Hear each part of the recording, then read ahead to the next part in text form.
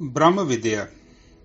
ब्रह्म विद्या एक ऐसी विद्या है और ਜਿਹੜਾ ਵੀ ਇਨਸਾਨ ਆਪਣੇ ਬਰਤਨ ਦੇ ਢੱਕਣ ਨੂੰ ਖੋਲ ਕੇ ਰੱਖੇਗਾ ਔਰ ਜੇਕਰ ਬ੍ਰਹਮ ਵਿਦਿਆ ਉਸ ਦੇ ਬਰਤਨ ਵਿੱਚ ਪ੍ਰਵੇਸ਼ ਕਰ ਜਾਂਦੀ ਹੈ ਤਾਂ ਉਹ ਮਨੁੱਖ ਮੁਕਤੀ ਵਾਲੀ ਅਵਸਥਾ ਨੂੰ ਪ੍ਰਾਪਤ ਕਰ ਸਕਦਾ ਹੈ। ब्रह्म विद्या की कथा जदों भी हुई है तो उस कथा के नाल अणगिनत रूहां जीवन तो मुक्ति नूं प्राप्त कर लैंदियां हन। ये सार तत्त है और इस तत्त नूं जो ही इंसान समझ लैंदा है वही मुक्त है। सो आपने इस विद्या नूं बड़े शांत मन दे नाल समझण की कोशिश करनी है और प्रैक्टिकली करना है। सुन के अगर आप भुल गए ਤਾਂ ਕੋਈ ਫਾਇਦਾ ਨਹੀਂ। ਦਾਸ ਤੁਹਾਨੂੰ ਇੱਕ ਚੀਜ਼ ਕਹਿਣਾ ਚਾਹੁੰਦਾ ਹੈ, ਆਪ ਕਿਸੇ ਵੀ ਸੰਸਥਾ ਦੇ ਨਾਲ ਜਾਂ ਕਿਸੇ ਵੀ ਧਰਮ ਦੇ ਨਾਲ ਜੁੜੇ ਹੋ, ਇਸ ਦੇ ਨਾਲ ਕੋਈ ਫਰਕ ਨਹੀਂ ਪੈਂਦਾ। ਅਗਰ ਆਪ 1 ਸਾਲ ਤੋਂ ਵੱਧ ਕਿਸੇ ਧਰਮ ਦੇ ਨਾਲ ਜੁੜੇ ਹੋ ਜਾਂ ਕਿਸੇ ਦੇ ਦੁਆਰਾ ਸਾਧਨਾ ਕਰ ਰਹੇ ਹੋ ਔਰ ਉਸ ਦੇ ਅਨੁਸਾਰ ਸਾਧਨਾ ਕਰਨ ਦੇ ਬਾਵਜੂਦ ਵੀ ਅਗਰ ਆਪ ਨੂੰ ਸ਼ਾਂਤੀ ਤੇ ਆਨੰਦ ਦੀ ਪ੍ਰਾਪਤੀ ਨਹੀਂ ਹੋ ਰਹੀ, ਅਗਰ ਆਪ आत्म तत्व ਨੂੰ नहीं अनुभव कर पा रहे तो आप अपनी दिशा ਨੂੰ ਜ਼ਰੂਰ ਇੱਕ ਵਾਰੀ ਦੇਖੋ। ਕਿਤੇ ਇਹ ਨਾ ਹੋਵੇ ਆਪ ਉਸ ਦਿਸ਼ਾ ਦੇ ਵੱਲ ਗਤੀ ਕਰਨੀ ਸ਼ੁਰੂ ਕਰ ਦੇਵੋ ਜਿਸ ਤੇ ਤੁਹਾਨੂੰ ਕਦੇ ਵੀ ਮੰਜ਼ਿਲ ਦੀ ਪ੍ਰਾਪਤੀ ਨਾ ਹੋਵੇ। ਸੋ ਇਸ ਗੱਲ ਨੂੰ ਆਪਨੇ ਹਮੇਸ਼ਾ ਹੀ ਵਿਚਾਰ ਕਰਨਾ ਹੈ। ਜਿਹੜਾ ਅਲਬਰਟ ਆਇਨਸਟਾਈਨ ਸੀ ਉਸਨੇ ਇਹ ਬਲਬ ਜਾਂ ਪ੍ਰਕਾਸ਼ ਦੀ ਖੋਜ ਤਾਂ ਹੀ ਕੀਤੀ ਸੀ ਕਿਉਂਕਿ ਉਹ लगातार अपनी टैकनीक ਨੂੰ चेंज करता सी। साधना भी अज इसे ही गति दे नाल करनी पैंदी है। जेकर इंसान परमात्मा दे कोल नहीं पहुंच रहा, इसदा मतलब है वो जिस तरीके नाल कोशिश कर रहा है वो तरीका गलत है। वो तरीका कुछ भी होवे उस चीज नूं वेखण दी लोड़ है, तां ही जीवन रूपांतरण हो सकता है। जिस तरीके नाल ਅਲਬਰਟਸਟਾਈਨ ਨੂੰ ਪਤਾ ਲੱਗ ਗਿਆ ਸੀ ਕਿ ਬੱਤੀ ਨਹੀਂ ਪ੍ਰਕਾਸ਼ ਨਹੀਂ ਪੈਦਾ ਹੋ ਸਕਦਾ, ਉਸਨੇ ਉਸ ਚੀਜ਼ ਦਾ ਤਿਆਗ ਕਰ ਦਿੱਤਾ ਸੀ। ਸੋ ਸਾਧਨਾ ਵੀ ਬਿਲਕੁਲ ਉਸੇ ਹੀ ਟੈਕਨੀਕ ਦੇ ਉੱਪਰ ਚੱਲਦੀ ਹੈ। ਸੋ ਆਪਨੇ ਇਸ ਗੱਲ ਦਾ ਵਿਚਾਰ ਕਰਨਾ ਹੈ। ਸੋ ਬ੍ਰਹਮ ਵਿਦਿਆ ਮੈਂ ਸ਼ੁਰੂ ਕਰਦਾ ਹਾਂ। ਆਪਾਂ ਸ਼ੁਰੂ ਕਰਦੇ ਹਾਂ ਸਰੀਰ ਤੋਂ। ਸਾਡਾ ਸਰੀਰ 5 ਤੱਤਾਂ ਤੋਂ ਬਣਿਆ ਹੈ। ਪਹਿਲਾ ਹੈ ਪ੍ਰਿਥਵੀ, ਦੂਜਾ ਹੈ ਪਾਣੀ, ਤੀਜਾ ਹੈ ਅੱਗ, ਚੌਥਾ ਹੈ ਹਵਾ ਅਤੇ ਪੰਜਵਾਂ ਹੈ ਆਕਾਸ਼। ਸਾਡੇ ਸਰੀਰ ਦੇ ਅੰਦਰ 5 ਕਰਮ ਇੰਦਰੀ ਹਨ: ਹੱਥ, ਪੈਰ, ਮੂੰਹ, ਜਨਨ ਇੰਦਰੀ ਅਤੇ ਗੁਦਾ। ਸਾਡੇ ਸਰੀਰ ਅੰਦਰ 5 ਗਿਆਨ ਇੰਦਰੀ ਹਨ: ਅੱਖਾਂ, ਜੀਭ, ਨੱਕ, ਕੰਨ ਅਤੇ ਚਮੜੀ। ਅੱਖਾਂ ਦਾ ਕੰਮ ਹੈ ਰੂਪ ਨੂੰ ਤੱਕਣਾ, ਜੀਭ ਦਾ ਕੰਮ ਹੈ ਰਸ ਦਾ ਅਨੁਭਵ ਪ੍ਰਾਪਤ ਕਰਨਾ, ਨੱਕ ਦਾ ਕੰਮ ਹੈ ਗੰਧ ਨੂੰ ਅਨੁਭਵ ਕਰਨਾ, ਕੰਨਾਂ ਦਾ ਕੰਮ ਹੈ ਸ਼ਬਦਾਂ ਨੂੰ ਸੁਣਨਾ ਅਤੇ ਚਮੜੀ ਦਾ ਕੰਮ ਹੈ ਸਪਰਸ਼ ਕਰਨਾ। ਆਪਾਂ ਸ਼ੁਰੂ ਕਰਦੇ ਹਾਂ ਆਤਮਾ ਤੋਂ, ਕਿਉਂਕਿ ਮਨੁੱਖ ਦੀ ਹੋਂਦ ਦਾ ਜੋ ਮੂਲ ਹੈ, ਸਰੋਤ ਹੈ, ਉਹ ਹੈ ਆਤਮਾ। ਆਤਮਾ ਜਿਹੜੀ ਹੈ ਉਹ ਸੱਚ ਚਿਤ ਆਨੰਦ ਹੈ, ਇੱਕ ਗਤੀਹੀਨ ਤੱਤ ਹੈ। ਇਹ ਆਤਮਾ ਜੋ ਆਉਂਦੀ ਹੈ ਇਹ ਪਰਮ ਆਤਮਾ ਤੋਂ ਆਉਂਦੀ ਹੈ। ਪਰਮ ਆਤਮਾ ਜਿਹਨੂੰ ਆਪਾਂ ਪਰਮਾਤਮਾ ਕਹਿ ਦਿੰਦੇ ਹਾਂ ਉਸ ਤੋਂ ਆਉਂਦੀ ਹੈ ਔਰ ਉਹੀ ਇਸ ਆਤਮਾ ਨੂੰ ਕਾਰਨ ਸਰੀਰ ਦੇ ਅੰਦਰ ਭਰ ਕੇ ਔਰ ਇਸ ਨੂੰ ਮਨੁੱਖੇ ਜੀਵਨ ਦੇ ਵਿੱਚ ਭੇਜਦਾ ਹੈ। ਬਿਲਕੁਲ ਹੀ ਸਿਸਟਮੈਟਿਕਲੀ ਕੰਮ ਹੈ, ਕੋਈ ਵੀ ਕੁਦਰਤ ਦਾ ਕੰਮ ਇੱਧਰ ਉੱਧਰ ਨਹੀਂ ਹੈ। ਆਪ ਆਪਣੇ ਚਾਰੋਂ ਤਰਫ ਦੇਖੋਗੇ ਤੇ ਆਪ ਨੂੰ ਪਤਾ ਲੱਗ ਜਾਏਗਾ। ਆਪਦੇ ਹੱਥ, ਪੈਰ, ਉਂਗਲਾਂ, ਨਹੁੰ, ਅੱਖਾਂ, ਵਾਲ, ਅੰਦਰ ਦੇਖੋ ਦੁਨੀਆ ਭਰ ਦੀਆਂ ਨਾੜੀਆਂ, ਦਿਲ, ਫੇਫੜੇ, ਪਤਾ ਹੀ ਨਹੀਂ ਕੀ ਕੁਝ, ਕਿੰਨਾ ਇਹਨੂੰ ਪ੍ਰੋਪਰਲੀ ਵੈਲ ਪਲਾਨ ਕਰਕੇ ਭੇਜਿਆ ਹੈ। ਉਹ ਸਾਇੰਸ ਜੋ ਵੀ ਕਹਿੰਦੀ ਹੈ ਉਹ ਕਹਿੰਦੀ ਆਪੇ ਪਤਾ ਨਹੀਂ ਕਿੱਥੋਂ ਪੈਦਾ ਹੋ ਗਿਆ, ਉਹ ਤੇ ਉਹਨਾਂ ਦੀ ਸੋਚ ਆ।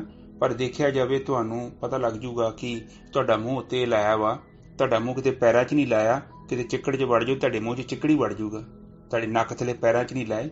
ਇਹ ਸਭ ਚੀਜ਼ਾਂ ਜਿਹੜੀਆਂ ਬੜੀਆਂ ਸੋਚੀਆਂ ਨੇ। ਦੋ ਤੁਹਾਡੀਆਂ ਅੱਖਾਂ ਨੇ, ਹੋ ਸਕਦਾ ਤੁਸੀਂ ਮੋਟਰਸਾਈਕਲ ਚਲਾਓ, ਇੱਕ ਅੱਖ 'ਚ ਮੱਛਰ ਪੈ ਜੇ ਤੇ ਤੁਹਾਨੂੰ ਦੂਜੀ ਅੱਖ ਨਾਲ ਦਿਖਦਾ ਰਵੇ। ਇਹ ਚੀਜ਼ਾਂ ਬੜੀਆਂ ਬਰੀਫਲੀ ਬੜੀਆਂ ਸੋਚੀਆਂ ਵਿਚਾਰੀਆਂ ਨੇ। ਇੱਕ ਸੱਜੇ ਬੰਨੇ ਕੰਨ ਹੈ, ਇੱਕ ਖੱਬੇ ਬੰਨੇ ਕੰਨ ਹੈ। ਤੁਸੀਂ ਇੱਕ ਅੱਖ ਨਾਲ ਵੀ ਜੀਵਨ ਬਤੀਤ ਕਰ ਸਕਦੇ ਸੀ, ਪਰ ਦੋ ਅੱਖਾਂ ਦਿੱਤੀਆਂ ਨੇ। ਮਤਲਬ ਇੱਕ ਅੱਖ ਦੇ ਵਿੱਚ ਜੇ ਕਚਰਾ ਡਿੱਗ ਜੇ ਜਾਂ ਕਿਸੇ ਕੋਈ ਪ੍ਰੋਬਲਮ ਆ ਜੇ ਤੇ ਤੁਸੀਂ ਫਿਰ ਵੀ ਆਪਣੇ ਜੀਵਨ ਨੂੰ ਬਰਕਰਾਰ ਰੱਖੋ। ਸੋ ਇਹ ਗੱਲਾਂ ਜਿਹੜੀਆਂ ਨਾ ਥੋੜ੍ਹੀਆਂ ਜਿਹੀਆਂ ਵਿਚਾਰ ਕਰਨ ਵਾਲੀਆਂ ਨੇ। ਸੋ ਇਹਦਾ ਮਤਲਬ ਇਹ ਹੈ ਕਿ ਆਪਣੀ ਜਿਹੜੀ ਬੋਡੀ ਹੈ ਉਹ ਇੱਕ ਬੈਸਟ ਹੈ। ਇਹ ਪਰਮਾਤਮਾ ਦੀ ਜੋ ਬੈਸਟ ਕ੍ਰੀਏਸ਼ਨ ਹੈ ਨਾ, ਪਰਮਾਤਮਾ ਇੱਕ ਬਹੁਤ ਵੱਡਾ ਕਲਾਕਾਰ ਹੈ ਔਰ ਉਸਨੇ ਜੋ ਸਭ ਤੋਂ ਜ਼ਿਆਦਾ ਬੈਸਟ ਕ੍ਰੀਏਸ਼ਨ ਕੀਤੀ ਹੈ ਉਹ ਇਨਸਾਨ ਬਣਾਇਆ ਹੈ। ਤੇ ਆਪਾਂ ਫਿਰ ਥੋੜੀ ਜਿਹੀ ਮੈਂ ਤੁਹਾਡੇ ਨਾਲ ਗੱਲ ਕੀਤੀ, ਫਿਰ ਆਪਾਂ ਡੀਪਲੀ ਜਾਣਾ ਹੈ। ਇਹ ਸਬਜੈਕਟ ਵੈਰੀ ਡੀਪ ਹੈ ਔਰ ਆਪ ਨੂੰ ਇਹ ਰਿਕਾਰਡਿੰਗ ਥੋੜੀ ਜਿਹੀ ਧਿਆਨ ਨਾਲ ਸੁਣਨੀ ਪਏਗੀ। ਦੇਖੋ, ਗਿਆਨ ਜਿਹੜਾ ਹੁੰਦਾ ਹੈ ਨਾ ਉਹ ਬੜਾ ਸਿੰਪਲ ਹੁੰਦਾ ਹੈ। ਆਪ ਦੇਖੋਗੇ ਨਾ, ਨਿਊਕਲੀਅਰ ਬੰਬ ਦੀ ਜਿਹੜੀ ਉਹਦਾ ਜਿਹੜਾ ਫਾਰਮੂਲਾ ਹੈ ਨਾ, ਛੋਟਾ ਜਿਹਾ ਹੁੰਦਾ ਵਾ, ਨਿੱਕਾ ਜਿਹਾ, ਉਹ 10-15 ਅੱਖਰਾਂ ਦਾ ਹੀ ਫਾਰਮੂਲਾ ਹੁੰਦਾ ਹੈ। ਪਰ ਜਦੋਂ ਉਸ ਫਾਰਮੂਲੇ ਦੇ ਹਿਸਾਬ ਨਾਲ ਆਪਾਂ ਜਦੋਂ ਕਾਰਜ ਕਰਦੇ ਹਾਂ ਤੇ ਬਹੁਤ ਜ਼ਿਆਦਾ ਆਪਾਂ ਊਰਜਾ ਦਾ ਵਿਸਫੋਟ ਕਰ ਸਕਦੇ ਹਾਂ। ਤੇ ਇਸੇ ਤਰ੍ਹਾਂ ਹੀ ਆਤਮ ਗਿਆਨ ਨੂੰ ਪ੍ਰਾਪਤ ਕਰਨਾ ਇਹ ਤੇ ਸਧਾਰਨ ਜਿਹੀ ਕਿਰਿਆ ਹੈ ਔਰ ਲੋਕਾਂ ਨੇ ਐਵੇਂ ਹੀ ਭਰਮ ਪਾ ਦਿੱਤਾ ਹੈ ਤੇ ਇਸ ਕਰਕੇ ਸਾਰੀ ਗੜਬੜ ਕਰਕੇ ਰੱਖ ਦਿੱਤੀ। ਬਿਲਕੁਲ ਸਿੰਪਲ। ਪਰਮਾਤਮਾ ਨੂੰ ਪਾਉਣਾ ਇੰਨਾ ਕੁ ਜ਼ਿਆਦਾ ਆਸਾਨ ਹੈ ਨਾ, ਮੈਂ ਸੋਚਦਾ ਵਾਂ ਕਿ ਇਸ ਤੋਂ ਆਸਾਨ ਕੰਮ ਕੋਈ ਹੈ ਨਹੀਂ। ਪਰ ਤੁਸੀਂ ਉਸ ਨੂੰ ਲੱਭਣਾ ਕਿੱਦਾਂ ਹੈ, ਉਹ ਇੱਕ ਟੈਕਨੀਕ ਹੈ। ਉਹ ਤੁਹਾਨੂੰ ਅੱਜ ਮੈਂ ਦੱਸਿਆਵਾਂਗਾ। ਔਰ ਆਪ ਨੇ ਕੇਵਲ ਮੇਰੇ ਕਹੇ ਅਨੁਸਾਰ ਸਾਧਨਾ ਨੂੰ ਸ਼ੁਰੂ ਕਰਨ ਤੋਂ ਪਹਿਲਾਂ ਤੁਹਾਨੂੰ ਇੱਕ ਵਾਰੀ ਮੇਰੇ ਨਾਲ ਵਾਇਸ ਮੈਸੇਜ ਗੱਲ ਕਰਨੀ ਪਊਗੀ। ਇੱਕ ਵਾਰੀ ਬਸ, ਮੈਂ ਇੱਕ ਵਾਰੀ ਤੁਹਾਡੀ ਸਾਧਨਾ ਸ਼ੁਰੂ ਕਰਵਾਵਾਂਗਾ। ਉਸ ਤੋਂ ਬਾਅਦ ਆਪ ਨੇ ਸਾਧਨਾ ਸ਼ੁਰੂ ਕਰ ਦੇਣੀ ਹੈ ਤੇ ਆਪ ਜੀ ਦਾ ਕਾਰਜ ਪੂਰਾ ਹੋ ਜਾਏਗਾ।